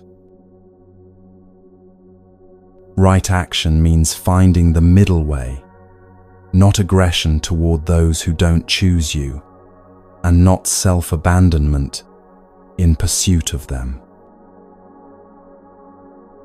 In practical terms, right action, after not being chosen, looks like this. You stop the behaviors that perpetuate grasping. You stop checking if they've messaged when you know they haven't. You stop crafting perfect texts designed to spark their interest. You stop showing up in spaces hoping they'll notice you. You stop offering help they didn't ask for, or creating reasons to stay in contact. None of this is dramatic or hostile. It's simply stopping the actions that create suffering while pretending they might create connection. Right action also means you don't replace grasping behaviors with passive-aggressive ones. You don't post things on social media designed to make them regret not choosing you. You don't try to make them jealous or demonstrate how well you're doing without them. You don't fish for information about them through mutual friends. All of that is still grasping, just with a different strategy. Right action is clean withdrawal. No hidden agendas, no manipulation through absence, just honest stepping back from what doesn't serve wisdom or compassion. The Buddha taught that right action naturally arises from right view and right intention. When you see clearly that chasing what doesn't choose you creates suffering, right view. And when your intention is to reduce suffering rather than feed ego, right intention, then right action becomes obvious. You don't need complicated rules about what to do or not do. You simply act from clarity and compassion, and the appropriate response emerges naturally. Chitta didn't need the Buddha to tell him to stop inviting disrespectful monks. He saw clearly that continuing would dishonor both himself and the Dhamma, and that clarity led directly to appropriate action. When you see clearly that someone has not chosen you, and that continuing to pursue them creates suffering, right action becomes clear too. You stop pursuing, not with fanfare, not with explanation, not with hurt feelings weaponized into distance, just with quiet, dignified withdrawal from what doesn't serve you or them. Sometimes people worry that this makes them cold or unloving, or gives up too easily. But the Buddha's teaching on right action isn't about coldness or premature giving up. It's about honoring reality and acting from wisdom rather than from delusion. If someone genuinely needs time or space to figure out their feelings, right action might look like giving them that space without pressure. If someone is clearly uninterested and you're inventing reasons to stay hopeful, right action looks like accepting what they've shown you and stepping back. The difference isn't in the action itself, but in the clarity with which you perceive the situation. Chitta knew the monks were being disrespectful. It wasn't ambiguous or uncertain. His action arose from that clarity. When someone doesn't choose you, usually the reality is clear too, clearer than you want to admit, because admitting it means feeling the pain of loss. But right action requires that you base your behavior on what's true, rather than on what you wish were true. The Buddha also taught that right action includes what you do for yourself, not just how you relate to others.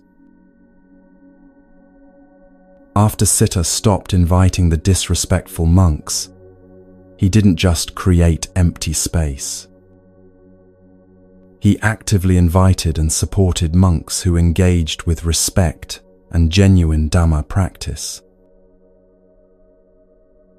When you stop chasing someone who doesn't choose you, right action means you don't just create a void. You direct your energy toward what nourishes you, toward friendships, toward practice, toward activities that bring genuine joy, toward people who do choose you and appreciate your presence. This isn't about replacing one person with another or proving you're fine without them. It's about recognizing that your energy is precious and directing it toward what actually serves your well-being and growth. Right action means you stop betraying yourself in pursuit of external validation. You stop diminishing yourself to be more acceptable. You stop apologizing for wanting reciprocal connection. You stop participating in dynamics where your dignity is optional. Like Siddha, you honor the Dhamma by living in alignment with it, even when that means walking away from what doesn't honor you in return. The teaching isn't that you never feel hurt or disappointed when someone doesn't choose you. The teaching is that you don't let hurt or disappointment drive you to act in ways that create more suffering. You feel the pain. You acknowledge the loss, and then you act from wisdom and compassion rather than from desperation or denial. That's right action. That's the path the Buddha praised in Citta's response. That's what dignity and compassion look like when translated into behavior. You don't need speeches or confrontations or explanations. You simply stop participating in what doesn't serve, and you direct your energy toward what does. Quietly, clearly, with both compassion for others and respect for yourself. This is how you walk the path with integrity when someone doesn't choose you, not through force or manipulation, not through self-abandonment or bitterness, but through right action that honors both reality and your own dignity.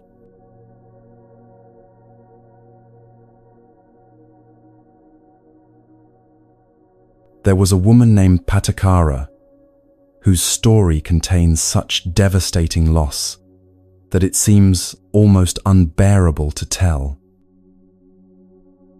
In the span of one day, Patakara lost her husband to a snake bite, watched her infant child carried off by a hawk, saw her older child drown in a swollen river, and arrived at her parents' home to learn that their house had collapsed in a storm, killing her mother, father, and brother.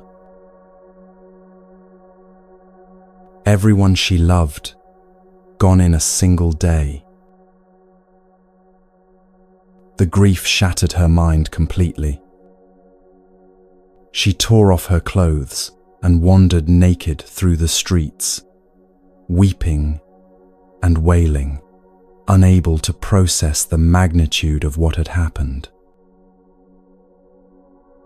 One day, still wandering, she came upon the Buddha teaching in a grove. He looked at her and spoke directly. "Sister, regain your presence of mind." Something in his voice reached her through the fog.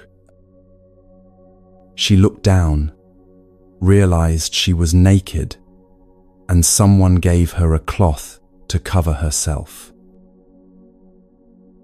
Then she collapsed before the Buddha and told him everything. The Buddha didn't try to explain it away or offer platitudes. He said simply, "You search for your children, your husband, your parents, but you should rather search for yourself." Then he taught her about impermanence, that everything that arises must pass away, that birth contains death, that meeting contains parting, that form contains dissolution. This isn't punishment. This is the nature of all conditioned existence. Something in Patakara understood this, at a depth beyond words. She'd been trying to hold on to people who were always temporary, building her entire sense of safety on things that were never permanent. She became a nun that day and practiced deeply. The texts say that one evening, washing her feet, she watched the water flowing away and saw in it the entire teaching on impermanence. The first water flowed and disappeared. The second water flowed and disappeared. The third water flowed and disappeared. Everything arising and passing, nothing staying, nothing solid. In that moment, she became fully enlightened, completely liberated from suffering. Not because her pain disappeared or because she forgot her losses, but because she understood the nature of all loss so completely that she stopped fighting impermanence and started meeting it with wisdom. When someone doesn't choose you, and you let go of your grasping after them, peace arrives in a similar way to how it arrived for Patakara. Not because the pain of not being chosen disappears, but because you stop creating additional suffering by arguing with reality. Peace means the internal war has ended. You're no longer fighting with what is, no longer insisting that reality should have been different, no longer creating elaborate narratives about what it means that you weren't chosen. You simply recognize, this is what happened, this is what's real, and I can meet it without shattering. The Buddha taught that peace is the natural state of mind when the causes of suffering are not present. Peace isn't something you achieve or attain.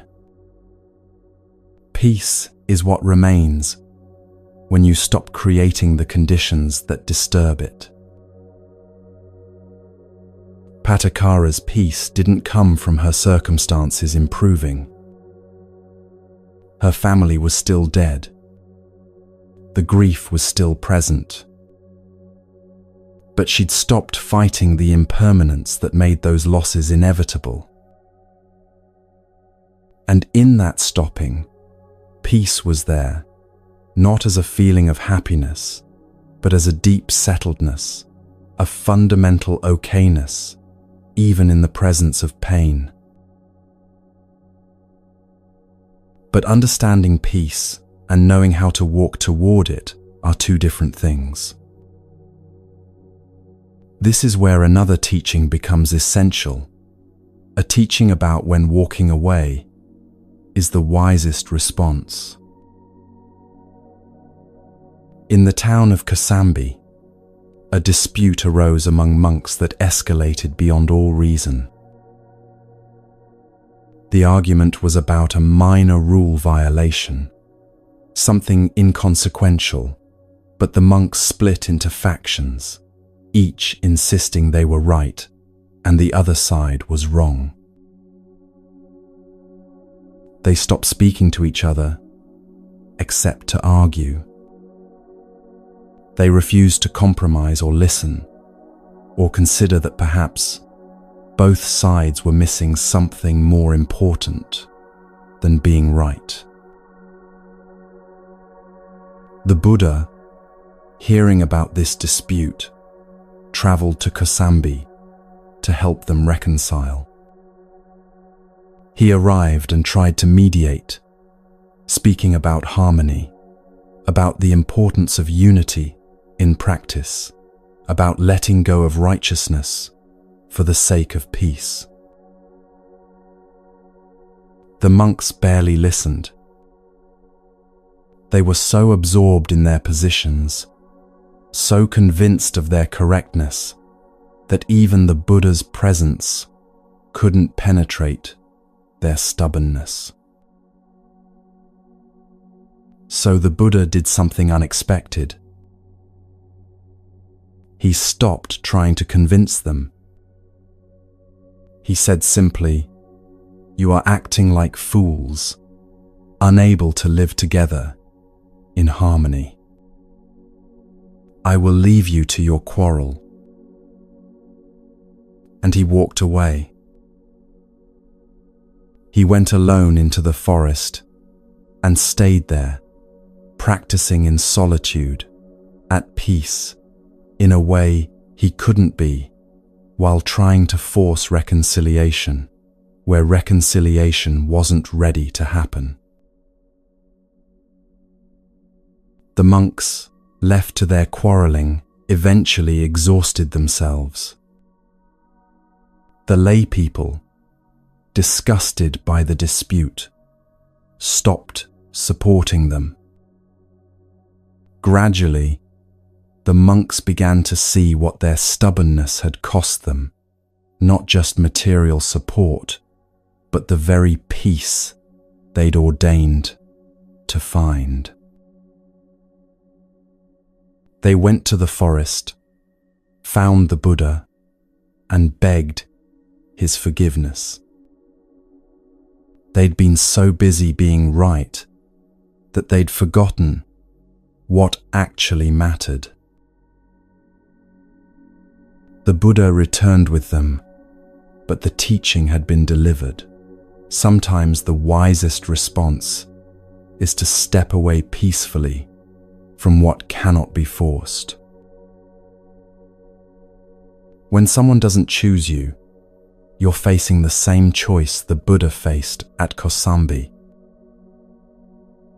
You can keep trying to make them see your value. Keep offering yourself, hoping they'll finally receive you.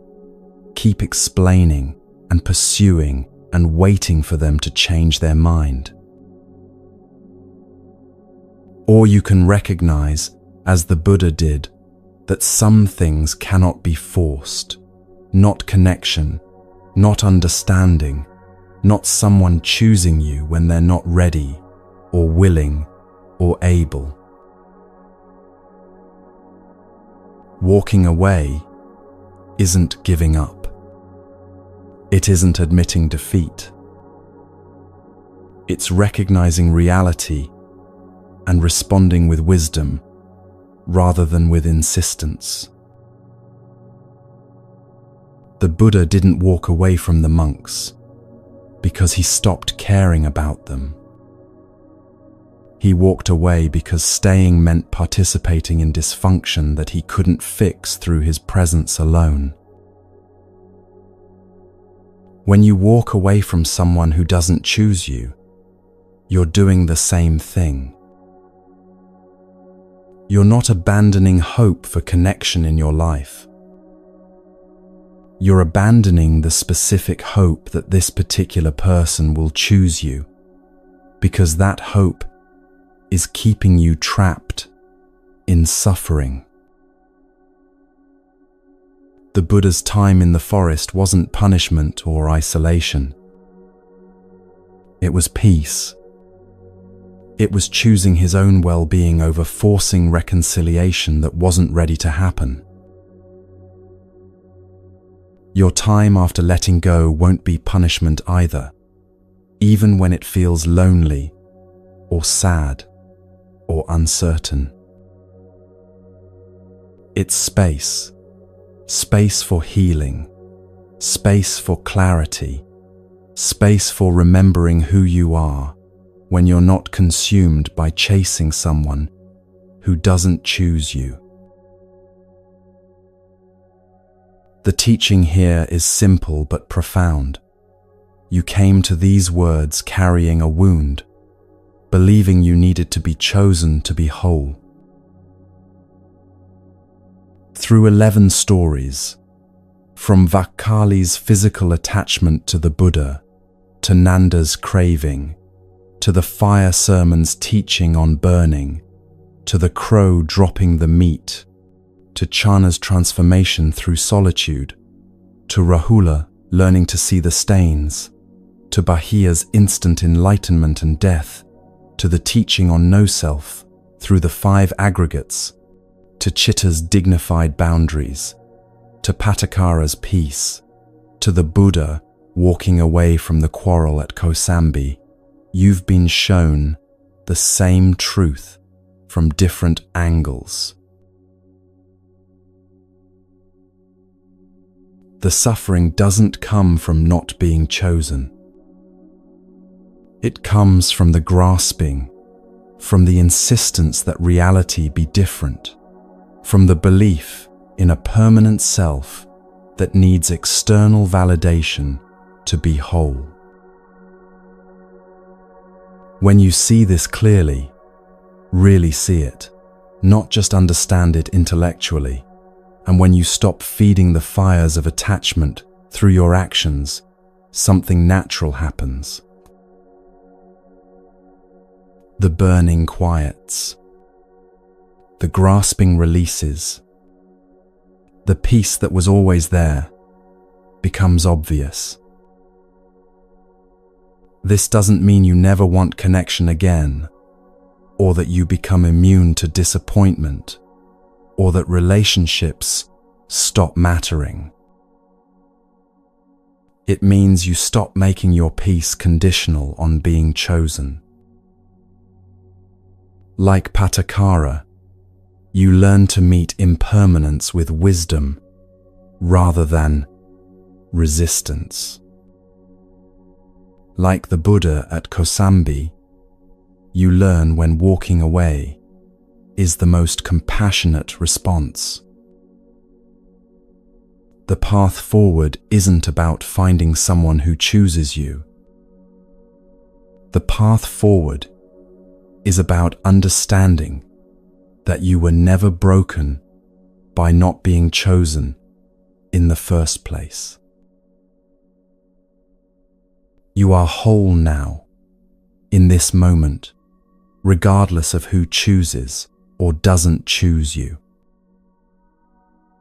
That wholeness isn't something you create through spiritual practice, or positive thinking, or becoming a better version of yourself. It's what you discover when you stop obscuring it with grasping, with stories, with the belief that you need external validation to be enough. And once you discover it, once you see clearly that peace doesn't depend on being chosen, you're free in a way you've never been free before. Not free from ever feeling pain, but free from creating unnecessary suffering on top of inevitable pain. Not free from wanting connection, but free from making connection a condition for your inner peace. Not free from disappointment, but free from making disappointment into evidence about your fundamental worth. This is the liberation the Buddha taught, not transcendence of human experience, but wisdom in how you relate to it. You came here hurting because someone didn't choose you. You may still hurt when you finish reading these words. But if you've truly heard these teachings, you hurt differently now, with less resistance, with more space, with the understanding that this pain is teaching you something essential about where you've been building your peace and where peace actually lives.